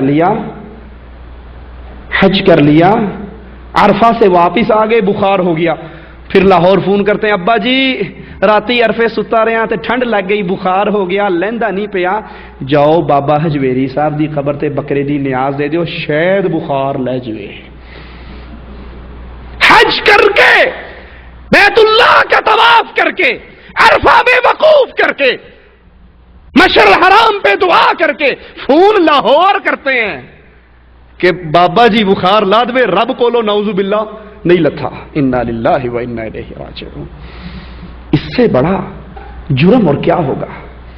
ایک شخص بیت اللہ میں بیٹھا ہوا اور اس کے پیچھے ایک آ کر حاکم بیٹھتا ہے وقت کا، وہ دعائیں کر رہا، آنسو بہا رہا، غربت کے اس کے کپڑے، وہ اسے کہتا ہے مانگ کیا مانگتا ہے؟ ذرا غور کرنا اہل ایمان کیسے ہوتے ہیں۔ یہ حاکم وقت کہتا ہے اس رونے والے کو مانگ کیا مانگتا ہے؟ کہا اللہ کے گھر میں بیٹھ کے تجھ سے مانگوں، رب سے شرم آتی ہے۔ اللہ کے گھر میں بیٹھ کر سوال تجھ سے کروں، شرم آتی ہے، مالک کو کیا منہ دکھاؤں گا؟ وہ بھی ڈاڈا سی، وہ پیچھے ہو کے بیٹھ گیا، کہتا کھلو جا کوئی گل نہیں۔ یہ باہر نکلا عبادت کر کے، وہ پیچھے پیچھے باہر آ گیا۔ کہا اچھا وہاں تو تم نے کہا تھا کہ اللہ کے گھر میں کھڑے ہو کر، اللہ کے گھر میں رہتے ہوئے تجھ سے مانگتے ہوئے شرم آتی ہے، ہونتے رب دا کر نہیں، ہونتے باہر آ گئے ہیں، اب تو باہر آ چکے ہیں، ہون مانگ کی مانگنا، کیوں رونڈیا سی؟ مانگو کیا مانگتے ہو، کیوں آنسو بہا رہے تھے؟ کہا کیا مانگوں؟ دنیا مانگوں یا آخرت مانگوں؟ کہا بھلے آدمی، آخرت میں تو جس طرح تو اللہ کا منگتا ہے میں بھی اللہ کا فقیر ہوں، دنیا میں 4 پیسے میرے پاس ہیں، مانگ کیا مانگتا ہے؟ کہا بے وقوف، میں نے تو دنیا والے سے اس کے گھر میں بیٹھ کر نہیں مانگی، تجھ سے کیا مانگوں؟ دنیا والے کے گھر میں بیٹھ کر اس سے نہیں مانگی تو تجھ سے کیا مانگوں؟ وہاں بھی رونا میرا آخرت کے لیے تھا۔ اللہ کے نام کے ساتھ ساتھ یا اللہ کے نام کے علاوہ غیر اللہ کے لیے ذبح کرنا بھی شرک ہے، کیونکہ قرآن حکیم اعلان کرتا ہے نبی ان سے کہہ دیجئے قل ان صلاتی ونسکی ومحیای ومماتی للہ رب العالمین، میری نماز، میری قربانی، میری زندگی، میری موت، جینا مرنا کس کے لیے ہے؟ للہ، اللہ رب العالمین کے لیے۔ حافظ ابن کثیر رحمت اللہ علیہ اس آیت کی تفسیر میں لکھتے ہیں کہ اس آیت میں اللہ عز و جل اپنے نبی کو حکم دے رہا ہے کہ کفار مکہ کے عقائد کا رد کیجئے، ان کو اپنے عقیدہ واضح کر کے سمجھا دیجئے کہ وہ غیر اللہ کے لیے ذبح کرتے ہیں، وہ غیر اللہ کے لیے خون بہاتے ہیں، غیر اللہ کے لیے نذر و نیاز دیتے ہیں۔ آپ ان کو بتائیے کہ قربانی کے لائق بھی اللہ ہے، نماز کے لائق بھی اللہ ہے کہ اللہ کے لیے نماز پڑھی جائے، اللہ کے لیے قربانی کی جائے۔ یہ مشرکین کا کام ہے، کچھ مشرکین مکہ کا کام ہے کہ وہ غیر اللہ کے لیے ذبح کرتے تھے۔ قرآن ان کا نقشہ کھینچتا ہے وَجَعَلُوا لِلَّهِ مِمَّا زَرَعَ مِنَ الْحَرْثِ وَالْأَنْعَامِ نَصِيبًا فَقَالُوا هَذَا لِلَّهِ بِزَعْمِهِمْ۔ کھجوریں آتی تو بوریاں بند ہو جاتی، یہ بابا جی کے نام کی، یہ اللہ کے نام کی۔ بکرے آتے تو یہ بابا جی کا، یہ حج پہ قربان کروں گا، یہ بابا اسلام آباد والے بڑی سرکار کے عرس پہ ذبح کروں گا، یہ اللہ نام کا دوں گا، یہ غیر اللہ کے نام کا دوں گا۔ یہ مشرکین کا فعل تھا، وہ اپنے جانوروں کو غیر اللہ کے نام پہ ذبح کرتے تھے۔ اسی لیے صحیح مسلم میں ہے، حضرت علی روایت فرماتے ہیں رسول اللہ صلی اللہ علیہ وسلم نے فرمایا لعن اللہ من ذبح لغیر اللہ، جو اللہ کے علاوہ کسی اور کے لیے ذبح کرتا ہے اس ذبح کرنے والے پر اللہ کی لعنت برستی ہے۔ حدیث میں آتا ہے ایک آدمی دخل الجنت رجل فی ذباب، ایک مکھی کی وجہ سے جنت میں گیا، دوسرا ایک مکھی کی وجہ سے جہنم میں گیا۔ اور بزرگوں کی قبروں پہ ریشمی چادریں چڑھانے والوں، بابا جی کی قبر پہ، بابا جی کی قبر کو عرق گلاب سے غسل دینے والوں، 2.5 من عرق گلاب سے غسل دیا جاتا ہے، پھر عرق گلاب بوتلوں میں بند کر کے تبرک کے طور پہ گھر لے جاتے ہیں۔ پھولوں کی نیاز، بکروں کی نیاز، ایک مکھی کی وجہ سے ایک جنت میں گیا، ایک مکھی کی وجہ سے ایک جہنم میں گیا۔ قالوا کیف یا رسول اللہ صلی اللہ علیہ وسلم، یہ کیسے ہوا اللہ کے حبیب؟ کہا ایک قوم کا صنم تھا، ان کا عرس میلہ لگا ہوا، قوم گزرنے والوں کے لیے قانون پاس کر چکی، جو یہاں سے گزرے گا کچھ نہ کچھ دے کر گزرے گا۔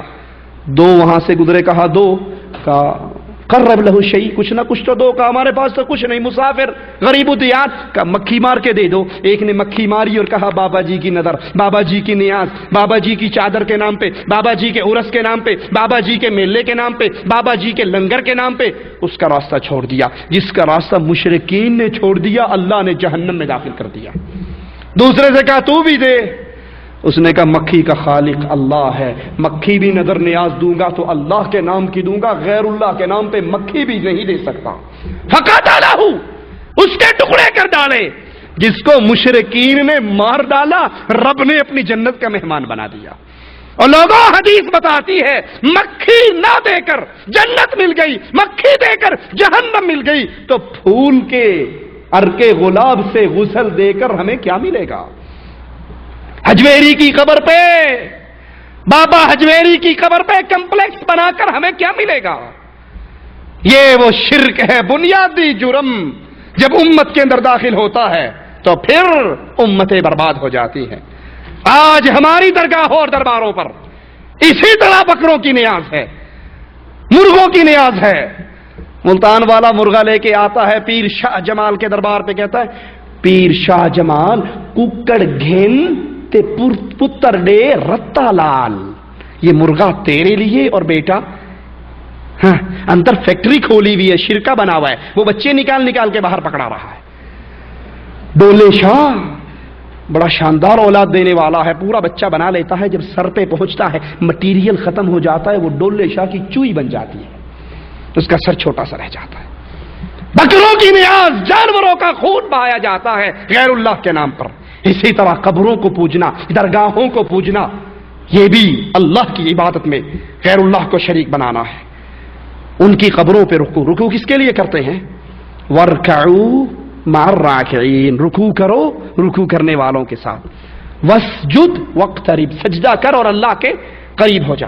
جائیے درگاہوں پر، درباروں پر، اللہ کو چھوڑ کر پیر کی قبر پہ رکوع بھی ہو رہا ہے، پیر کی قبر پہ سجدے بھی ہو رہے ہیں، پیر کی قبر کا طواف بھی ہو رہا ہے، پیر کی قبر کی طرف ہاتھ باندھ کے اس کے لیے قیام کر کے اس سے سوال بھی کیا جا رہا ہے۔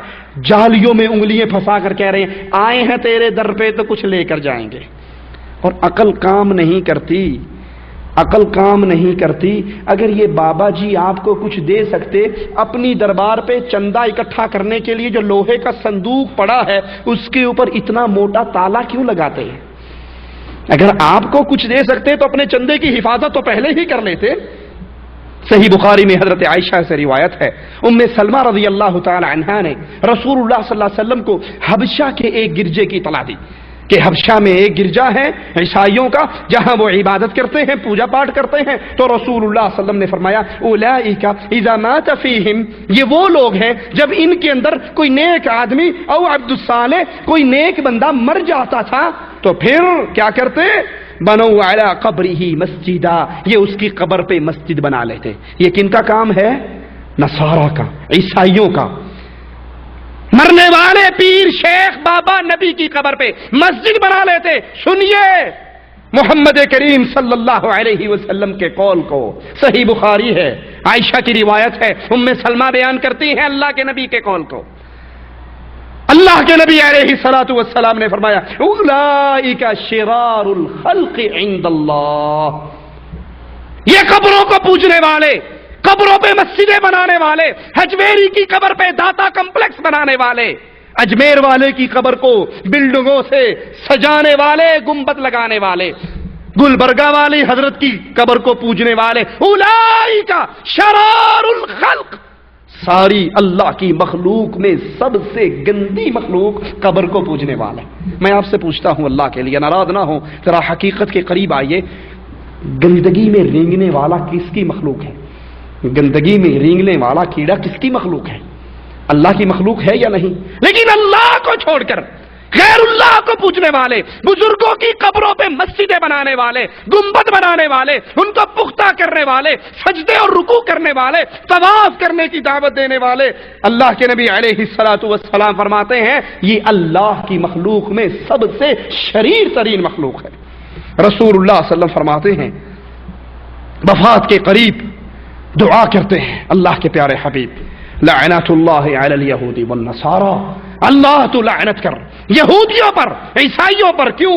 اتخذوا قبور انبیائہم مساجدا، ان یہود و نصارہ پہ کس جرم کی بنا پہ اللہ کے حبیب لعنت کر رہے ہیں کہ انہوں نے انبیاء کی قبروں پر مسجدیں بنا لی. حالانکہ وہ مسجد کا نام نہیں دیتے تھے، وہ تو کنیسہ گرجا کا نام دیتے تھے، لیکن اللہ کے نبی اس کو مسجد بنا کا لفظ دے رہے ہیں. کیوں؟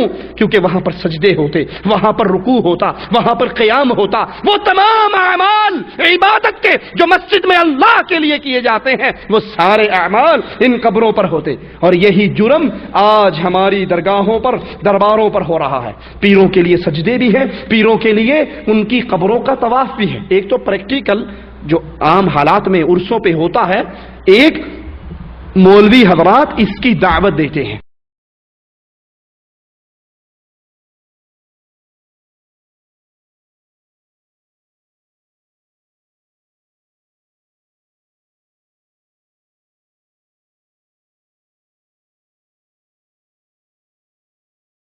پیروں کے لیے سجدے بھی ہیں، پیروں کے لیے ان کی قبروں کا طواف بھی ہے. ایک تو پریکٹیکل جو عام حالات میں عرسوں پہ ہوتا ہے، ایک مولوی حضرات اس کی دعوت دیتے ہیں. یہ ہمارے ہاتھ میں ملفوظات احمد رضا ہے، اس کا صفحہ 203 صفحے پر دیکھیے وہ کس طرح غیر اللہ کو سجدہ کرنے کی پیر اپنے مرید کو حکم جاری کر رہا ہے. کہتے ہیں کہ حضرت سیدی محمد گیسو دراز ایک بار راستے پر بیٹھے ہوئے کہ حضرت نصیر الدین محمود چراغ دہلوی کی سواری نکلی. سید محمد گیسو دراز نے اٹھ کر ان کے گھٹنوں پر بوسہ دیا تو خواجہ صاحب نے فرمایا سید بیٹا اور نیچے بوسہ دو. انہوں نے گھٹنے پر پیار کیا تو کہا نہیں تھوڑا سا اور نیچے بوسہ دو. انہوں نے حضرت پیر صاحب کے پاؤں پہ پیار کیا، کہا نہیں سید اور نیچے بوسہ دو. انہوں نے جھک کر گھوڑے کے پاؤں پر، گھوڑے کے سم، ابھی پیر صاحب کے پاؤں پہ پیار کیا تھا رکاب پہ، اب پھر اور نیچے جھک کر گھوڑے کے سم پر پیار کیا. کہا نہیں سید کے بیٹے اور نیچے جھک کر پیار کر، اور نیچے ہو. اس نے پھر زمین پہ بوسہ دیا. حضرت سواری پر ہیں، مرید نیچے ہے، پیر کے گھٹنے کو پیار کیا، پیر کے پاؤں کو پیار کیا، پیر کے گھوڑے کے پاؤں کو پیار کیا. اینا ڈاڈا پیر سی پھر بھی ٹھنڈ نہیں پئی، کہندی ہور نیویں ہو. پھر اس نے زمین پہ پیار کیا. اب وہ سامنے اوپر بیٹھا ہے، یہ زمین پہ اس کے سامنے سجدہ کر رہا ہے، سجدہ ریز ہے. اور یہ سجدہ حق کس کے لیے ہے؟ یہ اللہ کی عبادت ہے. بڑے سے بڑا پیر ہو، بڑے سے بڑا شیخ ہو، سید ہو، مرشد ہو، جب بھی کسی کے سامنے جائیے اس کو سلام کیجئے، بالکل سیدھے کھڑے ہو کے. گردن جھکانی ہے تو عرش والے رب کے سامنے، غیر اللہ کے سامنے. ہم کہ جی سید کی سین کو بھی سلام ہے. سید صاحب آ جائے تو بڑے بڑے عقل مند بھی السلام علیکم، یہ گردن جھک جاتی ہے. ارے جو وہ کھاتا ہے وہ تو کھاتا ہے، جو وہ نکالتا ہے وہ تو نکالتا ہے. یہ کوئی آسمان سے اتری ہوئی مخلوق نہیں. جھکنا ہے تو اللہ کے لیے، رکوع، سجدہ، قیام، یہ خالص اللہ کی عبادت ہے. اس میں پیروں اور سیدوں کو شامل نہ کرو. حضرت صاحب احمد رضا خان صاحب کہتے ہیں، انہوں نے کہا سید اور نیچے، وہ زمین پہ گر گئے اور زمین پہ بوسہ دیا. کچھ لوگوں نے اعتراض کیا، سید زادے کو زمین پہ گرا دیا، سجدہ کروا دیا. سید زادے نے کہا تم نہیں سمجھتے، حضرت نے ان 4 بوسوں میں میرے پیر نے مجھے کیا دیا. جب میں نے ان کے گھٹنے پر پیار کیا، زانوے مبارک پر بوسہ دیا، عالم ناسوت میرے سامنے منکشف ہو گیا. جب پاؤں پر بوسہ دیا، عالم ملکوت منکشف ہوا. جب گھوڑے کے پاؤں پہ پیار کیا، عالم جبروت منکشف ہوا. جب زمین پر بوسہ دیا تو عالم لاہوت منکشف ہوا. عرش سے لے کر نیچے تک ساری چیز میرے سامنے منور ہوگی 4 بوسوں کے اندر.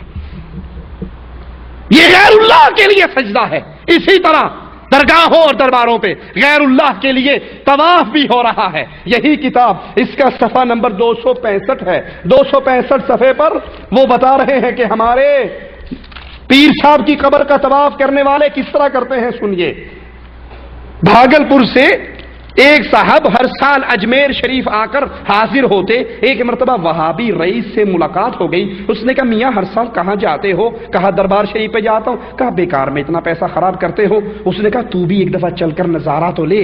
کہا اچھا. یہ وہابی بھی چل پڑا، ساتھ آیا. دیکھا ایک فقیر، سنیے احمد رضا خان صاحب کی کتاب صفحہ 266. کہا ایک فقیر کے ہاتھ میں ڈنڈا اور وہ قبر کا طواف کر رہا. طواف کس کا ہوتا ہے جی؟ بیت اللہ کا. بیت اللہ کا طواف اللہ کی عبادت ہے اور قبروں کا طواف اس مردے کی عبادت ہے. جو قوم قبروں کا طواف کرتی ہے وہ کبھی عزت نہیں پا سکتی. وہ ساری عمر چلے مارتی رہے، وہ ساری عمر کشمیر میں لڑتی رہے، افغانستان میں ہلاک اور برباد ہوتی رہے، وہ جو مرضی کرتی رہے، شرک اکبر رہے گا. بیت اللہ میں پیدا ہو، بیت اللہ میں پروان چڑھے، بیت اللہ میں مرے، جنت البقیع میں دفن ہو جائے، قبرستان بقیع میں دفن بھی ہو جائے، جب بھی اٹھے گا سیدھا جہنم کے اندر جائے گا. کیونکہ شرک کی موجودگی میں کوئی عمل قبول نہیں ہوا کرتا. بابا جی کی قبر کا طواف ہو رہا، سوٹا اس کے ہاتھ میں، اور آواز کیا لگا رہا؟ کہتا ہے خواجہ غریب نواز 5 روپے لینے ہیں. اسپیشل قسم کا فقیر ہے.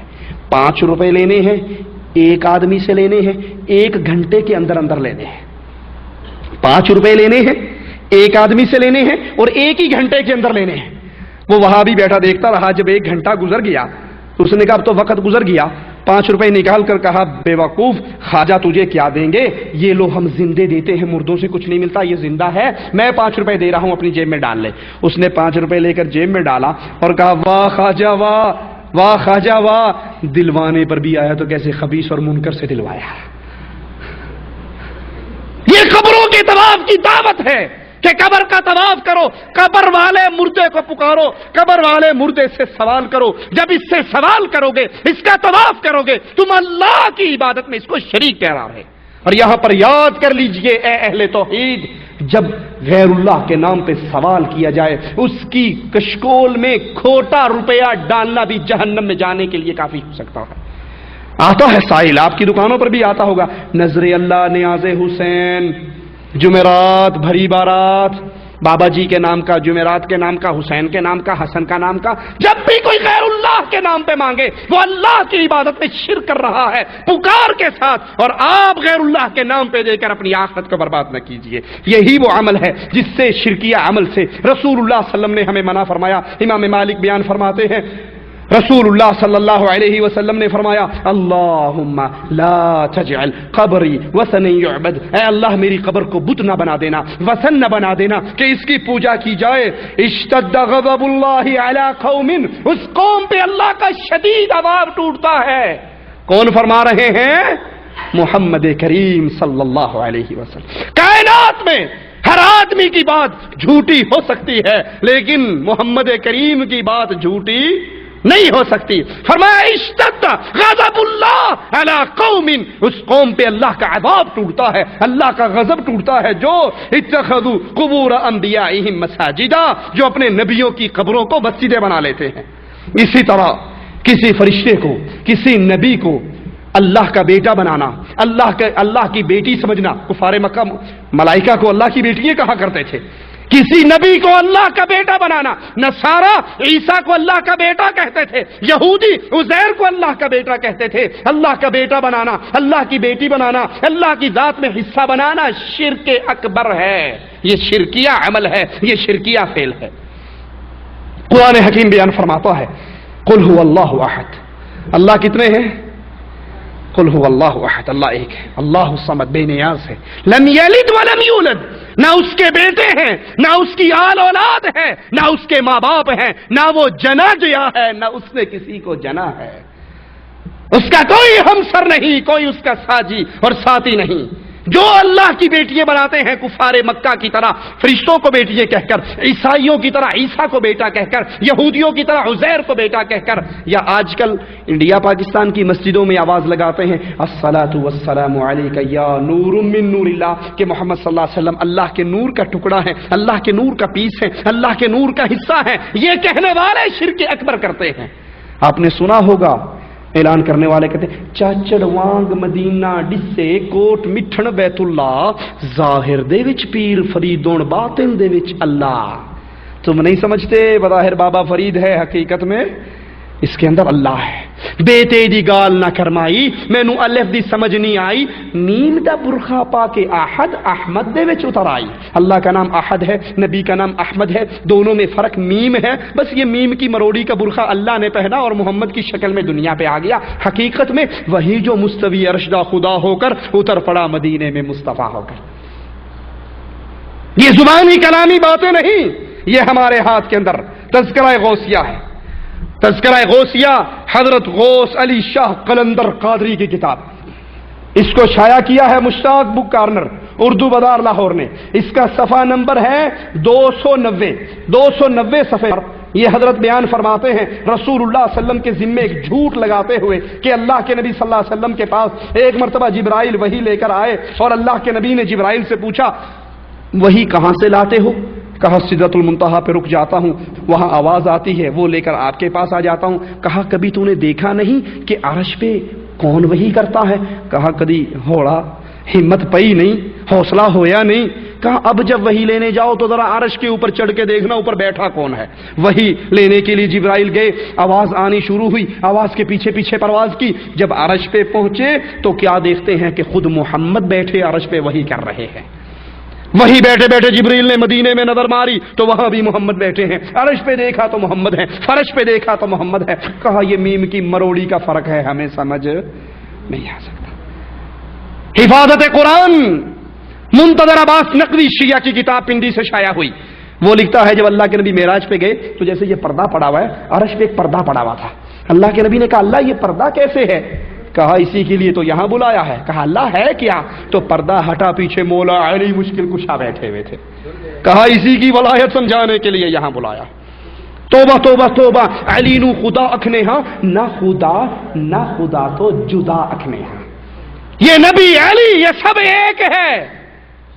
یہ عقیدہ رکھنا اللہ کے ساتھ اللہ کی ذات میں کسی اور کو شریک بنانا ہے. سنیے قرآن حکیم کیا کہتا ہے، تکاد السماوات یتفطرن من وتنشق الارض وتخر الجبال حتا ان دعوا للرحمن ولدا. قریب ہے آسمان پھٹ جائے. الصلاۃ والسلام علیک یا نور من نور اللہ سن کر، علی کو خدا کہہ کر، مصطفیٰ کو خدا کہہ کر قریب ہے کہ آسمان پھٹ جائے، زمین ریزہ ریزہ ہو جائے، پہاڑ ذرہ ذرہ ہو جائے. ان ظالموں نے اللہ کا بیٹا بنا لیا. ان دعوا للرحمن ولدا، انہوں نے اللہ کا بیٹا بنانے کا دعویٰ کر دیا. اسی طرح مالک عز و جل کی ذات کو دنیا کی ہر چیز کے اندر شامل سمجھنا، ہر چیز میں موجود سمجھنا، یہ عقیدہ وحدت الوجود ہے. یہ عقیدہ رکھنا بھی شرک ہے. جدھر دیکھوں تو ہی تو، ادھر بھی تو ادھر بھی تو، مسجد میں تو. وہ مر گیا پاکستان کا ظالم نصرت فتح علی خان، اللہ اس پر جہنم کے عذاب کو شدید کر کر توڑے۔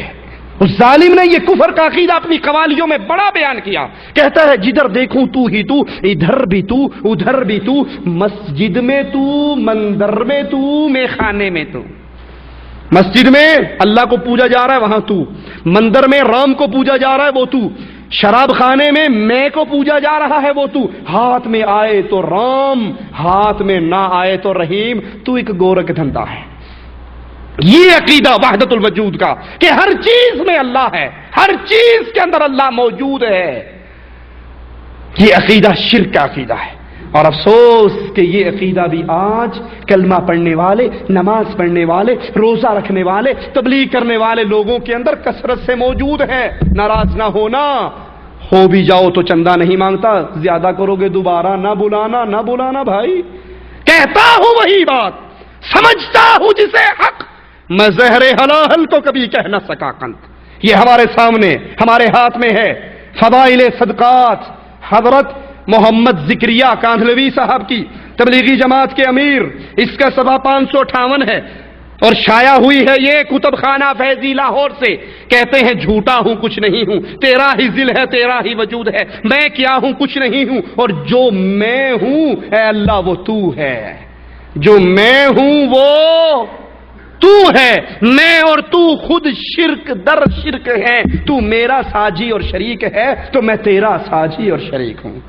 یہ وہ وحدت الوجود کا کفر کا عقیدہ ہے کہ ہر چیز کے اندر اللہ موجود ہے، ہر چیز ہی اللہ ہے۔ یہ ہمارے ہاتھ میں حکیم الامت اشرف علی تھانوی صاحب کی کتاب امداد المشتاق، اس کا صفحہ 101 ہے۔ اس کتاب کو مکتبہ اسلامیہ لاہور نے شائع کیا، صفحہ 101 پر یہی وحدت الوجود کا عقیدہ بیان کرتے ہوئے فرماتے ہیں ایک مواحد سے، جس کو یہ مواحد سمجھتے ہیں۔ مواحد کون ہے؟ جو اللہ کی عبادت میں غیر کو شریک نہ کرے، لیکن یہ مواحد کہتے ہیں مواحد وہ ہے جو ہر چیز میں اللہ مانے۔ کہا ایک مواحد کو لوگوں نے کہا اگر حلوہ اور پخانہ ایک ہے، یعنی ادھر بھی وہ ہے ادھر بھی وہ ہے، ساری چیزیں وہ ہیں، اس کے لیے ایک من گھڑت روایت پیش کرتے ہیں کہ نعوذ باللہ یہ اللہ پر جھوٹ بولتے ہیں۔ وہ کہتے ہیں کہ اللہ نے کہا کنت کنزا مخفیا، میں چھپا ہوا خزانہ تھا، پھر میں نے اپنا آپ ظاہر کرنا چاہا تو دنیا میں جو کچھ ہے وہ میری ہی صورت ہے۔ کہا ایک مواحد کو کسی نے پوچھا کہ حلوہ اور پخانہ گندگی غلیظ دونوں ایک ہے تو دونوں کو کھاؤ۔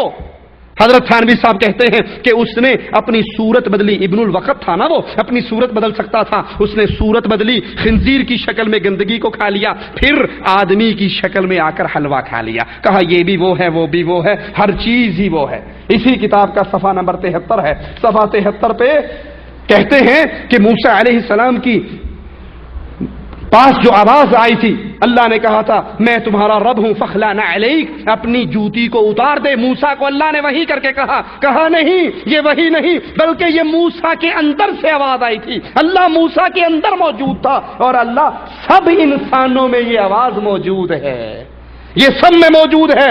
اللہ نے جو آواز لگائی وحی کر کے وہ وحی نہیں تھی، بلکہ موسیٰ کے اپنے اندر سے وہ آواز آئی تھی کہ میں تیرا رب ہوں، ہر بندے کے اندر موجود ہے۔ اسی کتاب کا صفحہ نمبر 91 ہے۔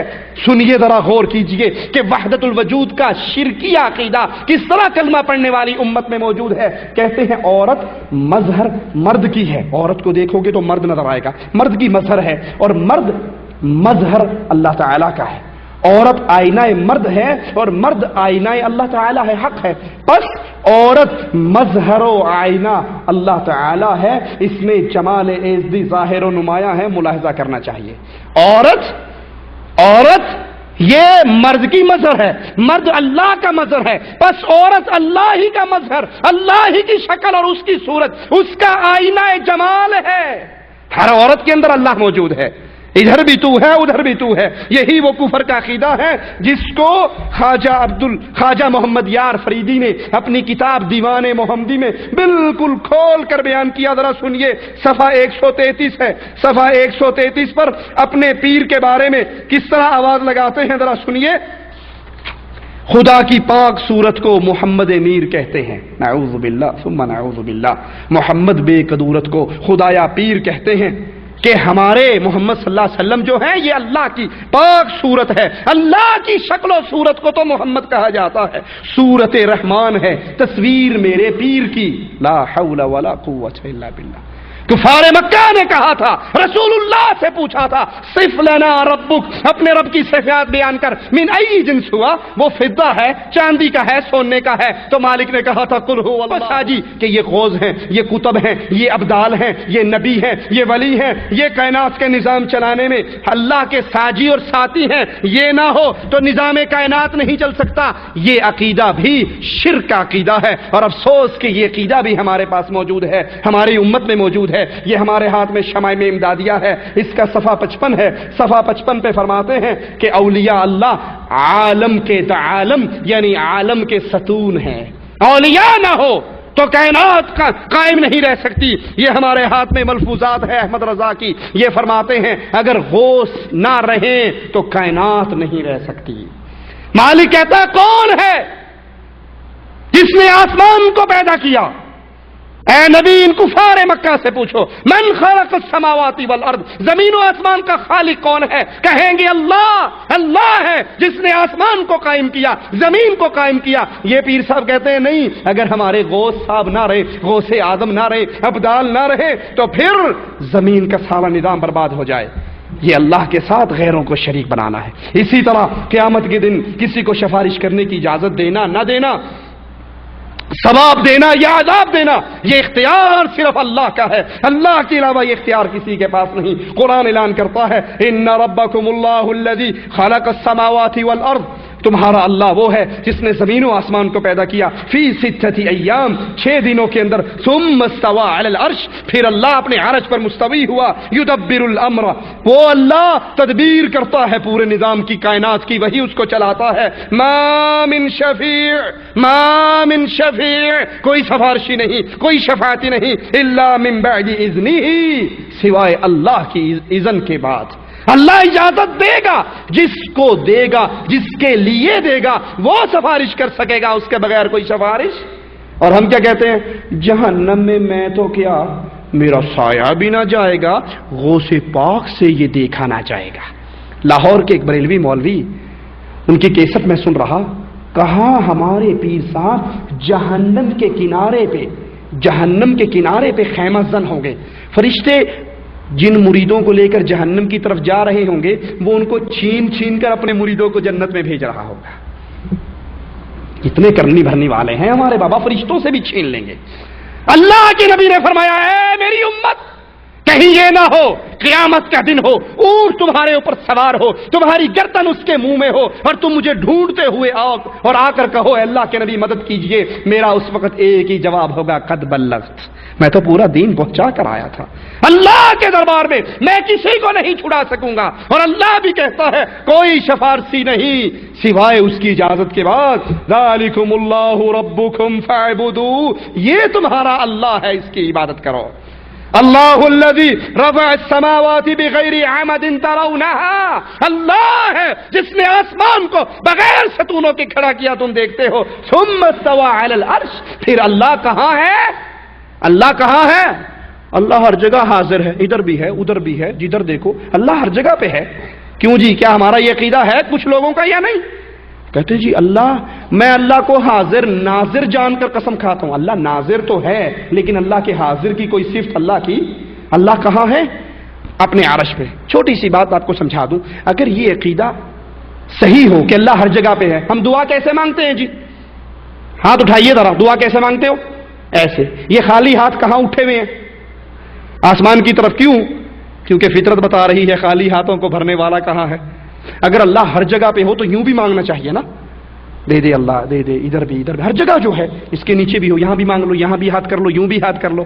یہ خالی ہاتھ جب بھی اٹھتے ہیں اوپر اٹھتے ہیں، نظر اٹھتی ہے اوپر اٹھتی ہے، بارش آتی ہے اوپر سے آتی ہے، فریاد کرتے ہیں کیوں؟ کہ اللہ کہاں ہے؟ ثم استوى علی العرش، اللہ اپنے عرش پر مستوی ہوا، اور وسخر الشمس والقمر، زمین و آسمان کو، چاند سورج کو مسخر کرنے والا اللہ تمہارے لیے ہر چیز، چاند بھی سورج بھی اپنے اپنے مدار میں چل رہا ہے۔ یدبر الامر، پوری کائنات کا نظام اللہ چلاتا ہے۔ اگر اللہ عز و جل کے علاوہ یہ سمجھ لیا جائے کہ غوث اعظم نظام چلاتے ہیں، فلاں پیر نظام چلاتے ہیں، اب دال نہ رہے تو دنیا برباد ہو جائے، غوث نہ رہے تو دنیا برباد ہو جائے، یہ اللہ کی عبادت میں شرکیہ عمل ہے۔ اللہ ہمیں شرک سے محفوظ رکھے۔ اسی طرح علم غیب خالص اللہ کا خاصہ ہے، وہی سینوں کے بھیج جانتا ہے۔ قرآن کہتا ہے وَأَسِرُّوا قَوْلَكُمْ أَوِ اجْهَرُوا بِهِ، اپنی باتوں کو چھپاؤ یا اپنی باتوں کو ظاہر کرو۔ إِنَّهُ عَلِيمٌ بِذَاتِ الصُّدُورِ، سینوں کے راز جاننے والا کون؟ غیب کی خبریں جاننے والا کون؟ وہ اللہ عز و جل ہے۔ قُلْ إِنَّ رَبِّي، وہ میرا اللہ ہے۔ اور ہمارے ہاں کیا ہوتا؟ کیوں ٹیلی ویژن پر فون کیا جاتا ہے، استخارے کا پروگرام چل رہا ہے، کیوں ٹی وی پہ فون کرتے ہیں جی میری بیگم بڑی بیمار ہے، میں کویت میں رہتا ہوں۔ وہ کہتے ہیں اس کی ماں کا نام کیا ہے، یہ اپنی ساس کا نام بتاتا ہے۔ وہ کہتے ہیں اپنے فلاں کمرے میں جاؤ، اس کی چارپائی کے نیچے تعویذ دفن ہے، اس کو نکال دو، تمہارے گھر سے جن ختم ہو جائے گا۔ یہ اس کو کس نے خبر دی کہ اس کے گھر میں فلاں جگہ فلاں ہے؟ یہ تو کویت میں بیٹھا ہے، ہزاروں میل دور بیٹھا ہے، لیکن ایک ٹیلی فون پر وہ بتا دیتا ہے، کہتا ٹھہر جا، میں تیرا علاج کرنے لگا ہوں، اب میں تیرے اندر داخل ہو رہا ہوں، میں تیرے ساری بیماریوں کو دور کر رہا ہوں۔ غیب کی خبریں خاص اللہ کے علم میں ہیں۔ محمد علیہ السلام کے سامنے زہر لگا ہوا کھانا لایا جاتا ہے، اللہ کے نبی اس کو منہ میں ڈال لیتے ہیں۔ کیوں ٹیلی ویژن کے مفتی کو تو پتہ لگ جاتا ہے اس کی بیوی کیوں بیمار ہے، اس پر کس جن کا سایہ ہے، اس کے گھر میں تعویذ کہاں دفن ہے۔ محمد کو اپنے سامنے پڑے ہوئے کھانے کے زہر کا علم کیوں نہ ہوا صلی اللہ علیہ وسلم۔ سینے کے بھیج جاننے والا صرف اللہ ہے۔ ہم نے یہ صرف بھی اللہ سے چھینی اور اپنے پیروں فقیروں کے اندر بانٹ دی۔ یہ ہمارے ہاتھ کے اندر، ہمارے ہاتھ میں یہ کتاب ہے حضرت ارواح ثلاثہ حکیم الامت صاحب کی، اس کے اندر وہ فرماتے ہیں صفحہ نمبر 164 پر کہ ہمارے پیر صاحب کے ایک مرید تھے، صفحہ 164 پر ان کے پاس کوئی تعویذ لینے کے لیے آتا۔ خان صاحب نے فرمایا، مولانا قاسم ننوتوی فرماتے تھے شاہ عبد الرحیم ولایتی کے مرید تھے جن کا نام عبداللہ خان تھا، قوم کے راجپوت تھے۔ جب ان کے پاس کوئی مرید آتا تعویذ لینے کے لیے کہ میرے گھر میں حمل ہے تعویذ دے دیجئے، وہ تعویذ دیتے اور ساتھ ہی فرما دیتے تیرے گھر لڑکا ہوگا یا لڑکی ہوگی، اور جو وہ بتا دیتے وہی ہوتا۔ کسی نے پوچھا پیر صاحب یہ کیا ہے؟ کہا کیا کروں، بچے کی صورت میری آنکھوں کے سامنے آ جاتی ہے۔ کیا الٹرا ساؤنڈ سسٹم پرانے دور کا چل رہا ہے۔ پیر تعویذ لکھ رہا ہے اور بچہ آنکھیں کھول کے ہر چیز دکھا دیتا ہے کہ میں دیکھ لے اچھی طرح، ٹانگوں کے درمیان نظر مار لے میں کیا ہوں۔ اللہ اکبر۔ اللہ کہتا ہے یہ غیب ہے، ما فی الارحام، جو ماں کے پیٹ میں ہے یہ اللہ کے علاوہ کوئی نہیں جانتا۔ ہم نے علم غیب کو بھی چھینا، کہیں کیوں ٹیلی ویژن کے مفتیوں کو دے دیا، کہیں ARY کے مفتیوں کو دے دیا، کہیں جیو کے مفتیوں کو دے دیا۔ ٹیلی فون پہ وہ میرے غیب کی خبریں بتا دیتے ہیں۔ یہ ہفتہ آپ کا کیسا گزرے گا سنڈے میگزین میں اشتہار چھپتا ہے۔ یہ غیب اللہ کے پاس ہے، نہ پیر کو پتا، نہ فقیر کو پتا، نہ مولوی کو پتا۔ اللہ اپنے نبی کو چاہتا ہے تو بتا دیتا ہے، اور جب نبی کو بتا دیتا ہے وہ غیب نہیں رہتا، علم بن جاتا ہے۔ اسی طرح مالک عز و جل رزق میں کمی کرتا ہے، رزق میں زیادتی کرتا ہے۔ قل ان ربی یبسط الرزق لمن یشاء ویقدر، اللہ جس کا چاہے رزق بڑھا دیتا ہے، جس کا چاہتا ہے کم کر دیتا ہے۔ ولکن اکثر الناس لا يعلمون، لیکن اکثریت لوگوں کی نہیں جانتی۔ لاہور میں صبح صبح بس میں بیٹھو، قوالی چلتی ہے، خواجہ نہ دے گا تو پھر کون دے گا؟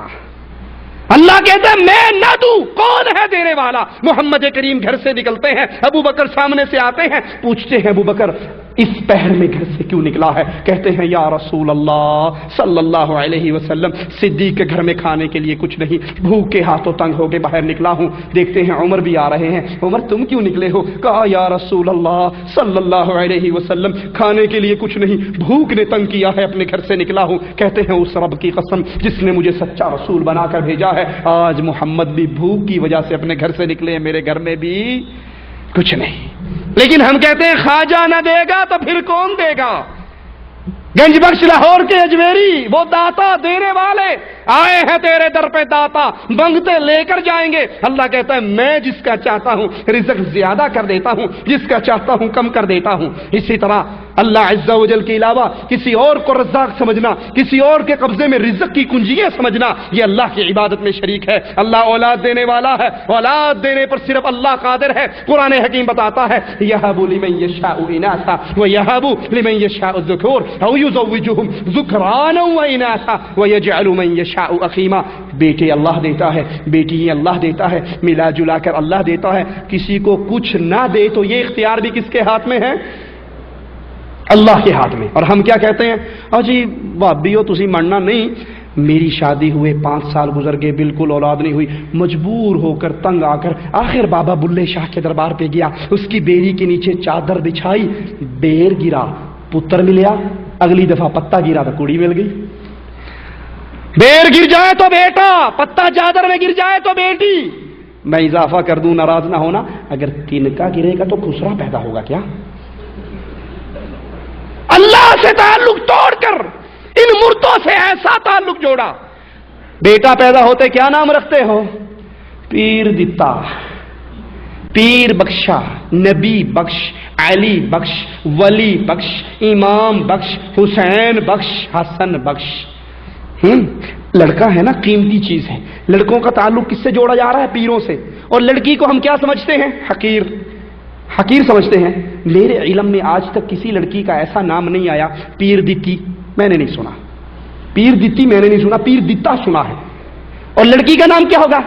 اللہ رکھی، اللہ دتی، اللہ بخشی، اللہ ماری. لڑکیاں حقیر سمجھتے ہیں، اس کا تعلق اللہ سے جوڑتے ہیں. نعوذ باللہ کہ کوڑی جیڑی بھی ہوندی رب طرفوں ہوندی، منڈا سارا پینا طرفوں ہوندا. عبد النبی، یہ ہمارے ہاتھ میں کتاب ہے حضرت کی، اسی کے اندر یہ دیوان محمدی نام لکھتے ہیں سلطان الکاملین حجت العارفین عبد النبی. ہم سارے کس کے بندے ہیں؟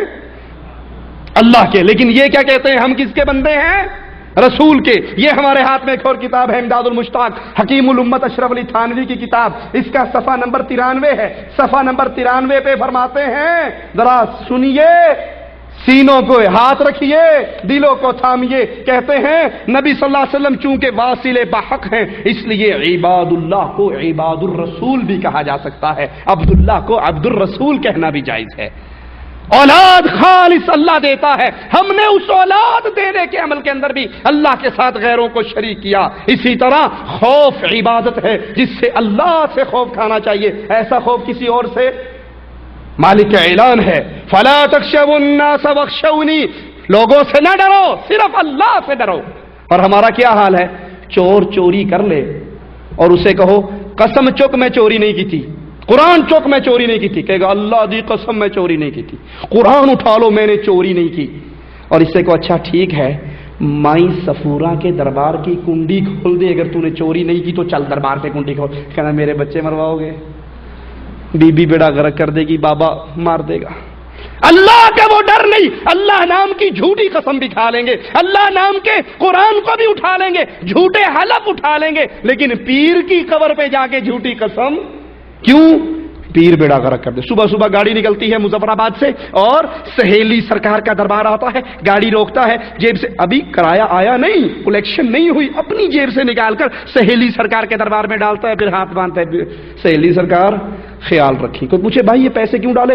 ارے ماڑا تمہیں کیا پتا، ادھر چندہ نہیں دو نا، یہ چلتی ہوئی گاڑی کو الٹا کر دیتا ہے، ایکسیڈنٹ ہو جاتا ہے. جوتی بندی ہوئی گاڑیوں کے آگے آپ نے نہیں دیکھی 2D 0 میٹر گاڑی ہے جوتی بندی ہوئی، یہ کیا ہے؟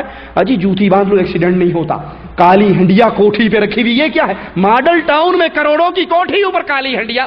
ارے بھائی کالی ہنڈیا ہو تو نظر نہیں لگتی، تو گلے میں جوتیوں کا ہار ڈال لو، سر پہ ہنڈیا رکھ لو، تمہیں بھی نظر نہیں لگے گی. وہ ڈر جو اللہ کا ہونا چاہیے وہ اللہ کا ڈر نہیں ہے، وہ پیروں اور فقیروں کا ڈر ہے. چندہ نہ دیا تو یہ کر دے گا. تمہاری بات تو ٹھیک ہے، 11ویں کا دودھ دینا غیر اللہ کے نام کا شرک تو بنتا ہے، لیکن کیا کریں اگر دودھ نہ دیا تو پیر بھینس مار دے گا. یہ پیر بڑا ظالم ہے جو 11 گنا لیتا ہے. مثال کے طور پہ آپ 5 کلو دودھ 11ویں کا دیتے ہو، 5 کلو دودھ کتنے کا بنے گا؟ پاکستان لاہور میں بڑا مہنگا بکتا ہے، 30 روپے کلو بھی دودھ لگا لو تو 30 روپے 5 کلو کتنا بن گیا؟ 150 روپے کا. اور اگر دودھ نہ دو، اس نے بھینس مار دی 50,000 روپے کی، بندے کا پتر کتنا ظلم کیا، 150 کے پیچھے 50,000 روپے ضائع کر دی. کہا جی یہ بھینس مار دیتا ہے، یہ بڑی طاقت والا ہے، یہ ٹانگ توڑ دیتا ہے، دربار شریف سے چادر اٹھا کر بھاجو اندھا کر دیتا ہے. یہ لوگوں کا ڈر ہے، اللہ کو چھوڑ کر غیر اللہ کا یہ خوف اللہ کی عبادت میں شرک ہے. مالک قول بیان کرتا ہے، سنیے ذرا، ابراہیم کا قصہ بیان کر رہا ہے. وَلَا أَخَافُ مَا تُشْرِكُونَ بِهِ إِلَّا أَن يَشَاءَ رَبِّي. ولا اخاف، میں نہیں ڈرتا ان سے، ما تشرکون بہ، جن کو تم نے اللہ کا شریک بنا دیا ہے۔ ہاں اللہ جو چاہے مجھ پہ کوئی مصیبت آ جائے تو اللہ تو ڈال سکتا ہے، اور تمہارے یہ مردے، مجھے خود یاد ہے ایبٹ آباد میں ہم ایک دفعہ گئے شکار کھیلنے کے لیے، ایک دربار پہ کبوتر مارنے کے لیے میں اور بڑے بھائی چلے گئے۔ وہ بھاگے بھاگے آئے، اس کے مرید، او یہ کالا کبوتر جو ہے نا یہ سید ہے، یہ پیر صاحب کا اپنا رکھا ہوا ہے، اس کو نہیں مارنا وگرنہ یہ پیر ٹانگ توڑ دے گا، واللہ بتا رہا ہوں یہ پیر بیڑا غرق کر دے گا۔ ایبٹ آباد کا واقعہ ہے۔ بڑے بھائی کہنے لگے اچھا یوں کرو، تم جو زندہ بیٹھے ہو نا تم پیچھے ہٹ جاؤ، ہم جانے اور یہ بھی جانے، ہم بھی سید ہیں یہ بھی سید ہیں، ہم انہی میں سے مسلمان ہو کر ادھر آئے ہیں، پہلے ہم بھی تمہاری برادری کے تھے، ہم پیر صاحب سے خود نہیں بڑھ لیں گے۔ کہنا وہابی تو نہیں، یہ کہنے والوں وہابی تو نہیں، کیونکہ وہابی ان سے نہیں ڈرتے، وہ کس سے ڈرتے ہیں؟ وہ وہاب سے ڈرتے ہیں۔ اللہ کا ڈر اپنے دلوں میں بٹھائیے۔ مالک بیان کر رہا ہے قصہ ابراہیم کو، کہتے ہیں وَلَا أَخَافُ مَا تُشْرِكُونَ بِهِ، میں ان باپوں سے کیوں ڈروں جن کو تم نے اللہ کا شریک بنا لیا ہے، حالانکہ تم وَكَيْفَ أَخَافُ مَا أَشْرَكْتُمْ وَلَا تَخَافُونَ أَنَّكُمْ أَشْرَكْتُمْ بِاللَّهِ، میں کیسے ان سے ڈروں؟ ڈرنا تو تمہیں چاہیے، تم نے اللہ کے ساتھ پیروں کو شریک بنا لیا ہے، ان کو شریک بنایا ہے، ما لم ينزل به علیکم سلطانا، جن کو شریک بنانے کی اللہ نے کوئی دلیل نہیں اتاری۔ فأی الفریقین احق بالامن، ابراہیم کے سوال پہ غور کیجئے، فأی الفریقین، دو گروہوں میں سے امن کا مستحق کون ہے؟ جو اللہ کو داتا کہے اس کو امن ملے گا، یا حجویری کو داتا کہے اس کو امن ملے گا؟ جائیے انڈیا پاکستان کے بازاروں میں گھوم جائیے، جہاں پر غیر اللہ کی پوجا ہے، غیر اللہ کی عبادت ہے، اس معاشرے کو بھی سامنے رکھیے، اور مملکت سعودی عربیہ کے معاشرے کو بھی سامنے رکھیے، یہاں پر اللہ کی عبادت کی جاتی ہے، اللہ کو پوجا جاتا ہے، یہاں پر امن ہے؟ یا وہاں پر جہاں گھوڑے شاہ کا دربار ہے، بلے شاہ کا دربار ہے، کاما والی سرکار کا دربار ہے، چوپ شاہ کا دربار ہے، ایٹ شاہ کا دربار ہے، پیر تتر شاہ، پیر بٹیرے شاہ، ان کا دربار ہے، جہاں غیر اللہ کو پوجا جائے۔ ابراہیم کہتے ہیں فَأَيُّ الْفَرِيقَيْنِ أَحَقُّ بِالْأَمْنِ، امن کس کو ملتا ہے؟ امن مواحد کو ملتا ہے، مشرک کو امن نہیں ملا کرتا۔ ان کنتم تعلمون، اگر تم جانتے ہو تو بتاؤ۔ اسی طرح غیر اللہ پر توکل کرنا، بھروسہ کرنا شرک ہے، کیونکہ بھروسہ توکل صرف اللہ پہ کیا جاتا ہے۔ وعلی اللہ فتوکلوا ان کنتم مؤمنین، اگر تم مومن ہو تو اللہ پر بھروسہ کرو۔ اللہ پر بھروسہ کیوں کرو؟ وجہ کیا ہے؟ وتوکل علی الحی الذی لا یموت، اللہ پر بھروسہ اس لیے کرو کہ اللہ کو موت نہیں آنی۔ پیر صاحب مر گئے، بابا جی مر گئے، نبی مر گئے، علی مر گئے، مولوی مر گئے، شیخ مر گئے، سب نے مر جانا ہے۔ کل من علیہا فان، سارے مرنے والے ہیں۔ ویبقا وجہ ربک ذو الجلال والاکرام، ہمیشہ کے لیے کوئی ہے تو اللہ ہے۔ اللہ پر بھروسہ کرو، اللہ کو موت نہیں آنی۔ باقی جن پر تم بھروسہ کرتے، اجی بڑا بیمار تھا، جب سے بابا بلے شاہ کے دربار سے یہ انگوٹھی پہنی ہے نا بواسیر ختم ہو گئی، یہ چھلا پہنا ہے ٹی بی ختم ہو گئی، یہ دربار کا تیل لا کے کانوں میں ڈالا ہے تو بہرا تھا سننے لگ گیا، یہ نمک چٹایا پیر توتے شاہ کے دربار کا تو بچہ بولنے لگ گیا ہے، یہ پتھر پہنا تو یہ ہو گیا، انگوٹھی پہنی تو یہ ہو گیا۔ یہ غیر اللہ پر بھروسہ ہے۔ اور جو ان پہ بھروسہ کرتا ہے، رسول اللہ صلی اللہ علیہ وسلم نے فرمایا من تعلق تمیمۃ فقد اشرک، جس نے کوئی تمیمہ لٹکایا، تعویذ، سپی، گھونگا لٹکایا، اس پر بھروسہ کیا، کالا دھاگا لٹکایا، اس پہ گرہ ماری، فقد اشرک، اس نے اللہ کے ساتھ شرک کیا۔ فیروز پتھر پہن کر سمجھنے والوں کہ ہماری بیماریاں ختم ہو جائے گی۔ عمر ابن خطاب حجر اسود کے سامنے آئے، حجر اسود سے پیارا کوئی پتھر ہے، چومنے لگے تو ایک عظیم جملہ کہا جانتا ہوں تو پتھر ہے، تیرے ہاتھ میں نفع نقصان نہیں، چومتا کیوں ہوں؟ کیونکہ محمد کریم نے تجھ کو چوما تھا صلی اللہ علیہ وسلم، تیرے ہاتھ میں نفع نقصان نہیں۔ جب حجر اسود میں نفع نقصان نہیں تو بابے کی قبر کا پھونکو مارو والا ہوا تعویذ میں نفع ہوگا؟ رسول اللہ صلی اللہ علیہ وسلم، آخری بات کہہ کے اپنی بات کو ختم کرتا ہوں، رسول اللہ صلی اللہ علیہ وسلم نے ایک شخص کو دیکھا جس نے پیتل کا چھلا پہنا ہوا، پوچھا یہ کیا ہے؟ کہنے لگا من الواہنہ، واہنہ ایک عرب کی بیماری ہے، جب سے یہ پہنا ہے وہ بیماری ختم ہوگی۔ سنیے اپنے نبی کا قول سنیے، واللہ آپ کو چڑھانا مقصود نہیں، آپ کو چھیڑنا مقصود نہیں، طنز کرنا مقصود نہیں، مقصود یہ ہے یہ ہماری گرم چمڑی جون جولائی کی گرمی برداشت نہیں کر سکتی تو جہنم کی گرمی کو کیسے برداشت کرو گے؟ اور جہنم سے بچنے کا ایک راستہ اللہ کی عبادت میں شرک کرنے سے بعد، شرک سے باز آ جاؤ۔ کہا اس کو انزیہا فإنہا لا تزیدک الا وہنا، اپنے اس چھلے کو، اس مندری کو، اس انگوٹھی کو اتار کر پھینک دے۔ کیوں؟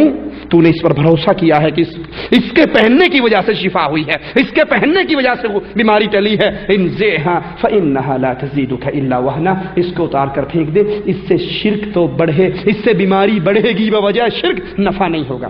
دیکھو اپنے ہاتھوں میں کس کس کے کڑے پڑے ہوئے، کس کس کے پلاسٹک کے چھلے پڑے ہوئے، کس کس کے ہاتھوں میں گلوں میں تعویذ پڑے ہوئے، ہاتھوں میں انگوٹھیاں پڑی ہوئی۔ نبی فرما رہے ہیں اپنے صحابی کو انزیہا فإنہا لا تزیدک الا وہنا، اس کو اتار کر پھینک دے، یہ تجھے نفع نہیں دے گا، نقصان ہوگا بوجہ شرک۔ اگلا جملہ میرے نبی کا بڑا شدید ہے، غور کیجئے، وَإِن مُتْ وَهِيَ عَلَيْكَ مَا أَفْلَحْتَ أَبَدًا، یہ انگوٹھی پہنے اس پر بھروسہ اور توکل کیے ہوئے اگر تو مر گیا، اگر تیری موت واقع ہو گئی، ما افلحت ابدا، تو کبھی بھی فلاح نہیں پا سکتا، کامیاب نہیں ہو سکتا۔ نبضہ میرے بھائیوں، خلاصہ اور آخری بات یہ ہے، ہر عمل کے اندر، ہر معاملے کے اندر شرک سے باز آ جائیے، توحید کو خالص کیجئے۔ اس توحید کے لیے نبی کا ماتھا پھٹا، اس توحید کے لیے نبی کے دانت ٹوٹے، اس توحید کے لیے نبی کو غاروں میں پناہ لینی پڑی، اس توحید کی دعوت کے لیے نبی صلی اللہ علیہ وسلم کے کندھوں پہ اونٹ کی چیر ڈالی گئی، اس توحید کے لیے نبی کو طائف میں پتھر کھانے پڑے۔ اگر آپ کے عقیدے میں شرک نہیں ہے تو پھر آپ کو مبارک ہو، کیونکہ مالک عز و جل کا فیصلہ ہے، اے آدم کے بیٹے، اگر تو میرے پاس آئے ایک شرط کے ساتھ، تو نے شرک نہ کیا ہو، زمین و آسمان تیرے گناہوں کے بھرے ہوئے ہوں، میں سارے گناہوں کو معاف کر دوں گا، ولا ابالی، مجھے کوئی پرواہ نہیں ہوگی، لیکن شرک کے جرم کو معاف نہیں کروں گا۔ اللہ سے دعا ہے اللہ ہمارے گناہوں کو معاف فرمائے، اللہ ہماری خطاؤں کو معاف فرمائے، اللہ ہماری سیاہکاریوں کو معاف فرمائے، اللہ اس مملکت عربیہ کی، سعودی عربیہ کی حفاظت فرمائے، یہاں کے ذمہ داران کو جزائے خیر عطا فرمائے۔ ہم تو یہاں پر روزی روٹی کے لیے آئے تھے، اللہ ان کو جزائے خیر عطا فرمائے، جنہوں نے ہمارے لیے دین کو سیکھنے اور سمجھنے کے راستوں کو آسان کر دیا۔ اللہ تو ہماری خطاؤں کو معاف فرما، اللہ تو ہمیں توحید پہ قائم اور دائم رکھ، اللہ ہم شرک سے تیری پناہ میں آتے ہیں، اللہ ہمیں اس حال میں موت دینا، مالک تو ہم سے راضی ہو، ہم تجھ سے راضی ہوں۔ اقول قولی ھذا واستغفر اللہ لی ولکم ولسائر المسلمین فاستغفروه انه هو الغفور الرحیم۔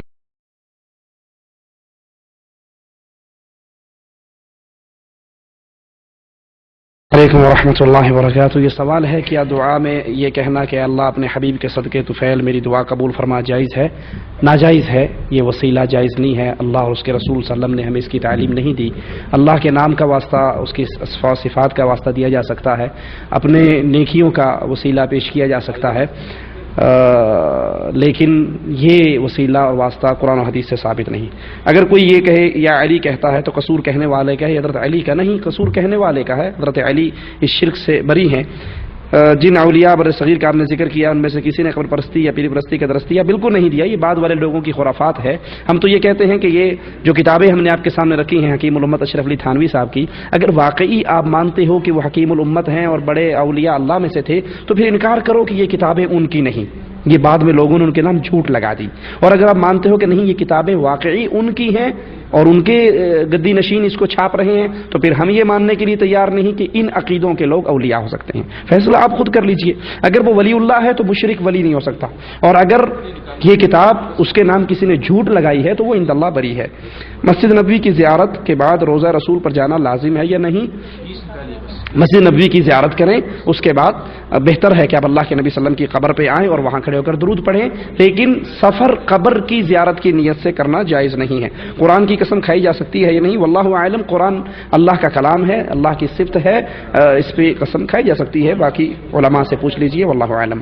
قبر کے 3 سوالوں کے بارے میں آپ کیا کہتے ہیں جب یہ پوچھا جائے گا کہ تو ماذا تقول لهذا الرجل، کہ اس شخص کے بارے میں تم کیا کہتے ہو؟ ہمارے کہنے سے پہلے یہ کتاب ہے احمد رضا خان بریلوی صاحب کی، اس کا صفحہ نمبر ہے 373 پر بریلوی صاحب خود کہتے ہیں کہ شریعت نے اس کی کچھ تفصیل نہیں بتائی. ماذا تقول فی ھذا الرجل کا جب سوال ہوگا تو شریعت نے اس کی کوئی تفصیل نہیں بتائی کہ وہاں سرکار خود آتے ہیں یا روزہ سے پردہ اٹھایا جاتا ہے. ہم کہتے ہیں کہ وہاں پر سوال ہوگا کہ اللہ کے نبی کے بارے میں تم کیا کہتے ہو. ھذا الرجل سے مراد بھی اللہ کے نبی ہیں. وہاں پر اللہ کے نبی قبر میں تشریف نہیں لائیں گے. جیسے ہم انڈیا پاکستان والے مریں گے تو سوال عربی میں ہوگا یا ہماری زبان میں؟ عربی میں ہوگا. ہمیں یہ زبان وہاں سکھائی جائے گی. تو یہ آخرت کے معاملات ہیں. لیکن جن کا یہ عقیدہ ہے کہ نبی وہاں خود تشریف آتے ہیں، ان کا امام خود کہہ رہا ہے کہ یہ شریعت سے ثابت نہیں. کوئی مشرک ہندو پڑوسی ہم کو کوئی چیز کھانے پینے کی ہدیہ دے تو کھا سکتے ہیں. اگر ان کی کسی مذہبی عبادت کی وہ چیز نہیں ہے، ٹھیک ہے، 9 محرم کے نہیں ہے، 11ویں کا نہیں ہے، یا ان کی اپنی مندروں پہ ذبح ہوئی بھی چیز نہیں ہے، عام چیز ہے اور وہ پلیت ہاتھوں سے بھی نہیں بنی، آپ کو ان کی صفائی اور پاکی کا بھی پتہ ہے، تو واللہ عالم کھائی جا سکتی ہے، کوئی حرج نہیں. دیوبندی کے پیچھے کیا نماز پڑھنا درست ہے؟ یہ نماز ہو جائے گی.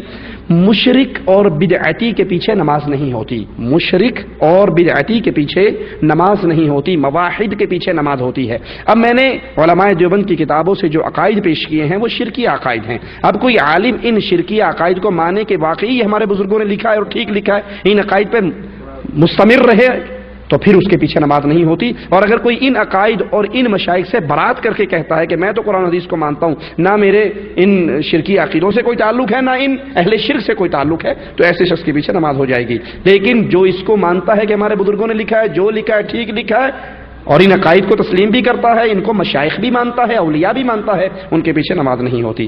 اگر والدین مشرک ہوں تو کیا کیا جائے؟ والدین مشرک بھی ہوں تب بھی ان کے سامنے بدتمیزی نافرمانی نہیں کی جا سکتی. ادب و احترام کا صلہ باقی رہے گا، لیکن ان کی شرک کی دعوت کو قبول نہیں کرنا، ان کے باقی حقوق کو ادا کرنا ہے. گھڑی پہننا صحیح ہے یا نہیں؟ پہننا ٹھیک ہے، کوئی حرج نہیں. ہاں اگر گھڑی پہ سونا ہے، اس کے اندر ڈائل میں سونا ہے، تو سونے کی حرمت کی وجہ سے اس کو نہ پہنا جائے. امت کو گمراہ کرنے والے داعی الی الشرک طاہر القادری کے بارے میں آپ کیا کہتے ہیں؟ وہ جتنا نام سے طاہر ہے اتنا ہی شرک کا پلیت ہے. وہ مشرک ہے اور سامری جادوگر ہے، شرک کی دعوت پھیلا رہا ہے. اللہ اس کے فتنے سے امت کو محفوظ رکھے. انشاءاللہ ان قریب اس کی شرکیہ اقوال پر پوری ایک ہم سیڑھی تیار کرنے والے ہیں اس کا جواب دینے کے لیے. آپ نے فرمایا مومن غیرت مند ہوتا ہے، لیکن آج کافر مسلمان کی جان و مال، بچوں کا قتل، عورتوں کی بے حرمتی کرتا نظر آتا ہے. آخر ایسا کیوں ہے؟ ایسا شرکی اکبر کی وجہ سے ہے. جب تک امت میں شرکی اکبر رہے گا، وہ کشمیر ہو، افغانستان ہو، بغداد ہو، انڈیا ہو، پاکستان ہو، جہاں بھی ہو، امت ذلیل ہوتی رہے گی. جب تک ہم شرکی اکبر سے نہیں بچتے، ہماری عزتیں محفوظ نہیں رہ سکتی. آپ کو مسلمانوں کے قتل و غارت اور عورتوں کی عزت کا غم ہے کہ اللہ کی توحید لٹتے ہوئے آپ کو غم نہیں ہوتا؟ کشمیر کی چیخیں آپ کو سنائی دیتی ہیں. اللہ کی توحید کو جب قبروں پر قربان کیا جاتا ہے اس وقت غم نہیں ہوتا؟ مسلمان پر اس وقت ضروری ہے کہ وہ اللہ کے حق کے لیے کھڑا ہو. کسی مزار یا قبر پر جایا جائے تو کیا وہاں جانا جائز ہے؟ قبرستان جا کر مردوں کے لیے دعا کرنا جائز ہے، لیکن درگاہوں درباروں پر جانا یہ جائز نہیں ہے. جو لوگ یہ کہتے ہیں کہ قرآنی آیت یا دعا یہ 100 مرتبہ پڑھو، اتنی مرتبہ پڑھو، اس سے یہ ہوگا، اچھے خواب آئیں گے، برے خواب آئیں گے، تو کیا ہے؟ جن اذکار کا سنت رسول سے ثبوت ملتا ہے کہ اس کو اللہ کے نبی نے 100 دفعہ پڑھا، 70 دفعہ پڑھا، ان کو پڑھنا جائز ہے. ان کے علاوہ باقی ہمارے علم میں نہیں. ہر گناہ میں کچھ نہ کچھ مزہ ہے، لیکن شرک میں کیا مزہ ہے؟ شرک کو کوئی بھی شخص شرک سمجھ کے نہیں کرتا. مشرک جب شرک کرتا ہے وہ یہ سمجھ کے نہیں کرتا کہ میں شرک کر رہا ہوں. بدعتی جب بدعت کرتا ہے وہ یہ سمجھ کے نہیں کرتا کہ میں بدعت کرتا ہوں. شیطان اس کے لیے مزین کرتا ہے. کفار مکہ بھی کیا کہا کرتے تھے؟ ما نعبدهم الا ليقربونا الى الله زلفى هؤلاء شفعاؤنا عند الله. شیطان ان کے ذہن میں یہ بات ڈالتا ہے تو گناہگار پاپی ہے، تیری اللہ سنے گا نہیں، ان کی موڑے گا نہیں، ان کے ذریعے اور واسطے سے ہو کے جا. تو مشرک کے سامنے شرک، بدعت کے سامنے بدعتی کو شیطان مزین کر کے خوبصورت بنا کر پیش کرتا ہے. اللہ ہمیں شرک اور بدعت کے فتنے سے محفوظ رکھے. جزاکم اللہ خیر.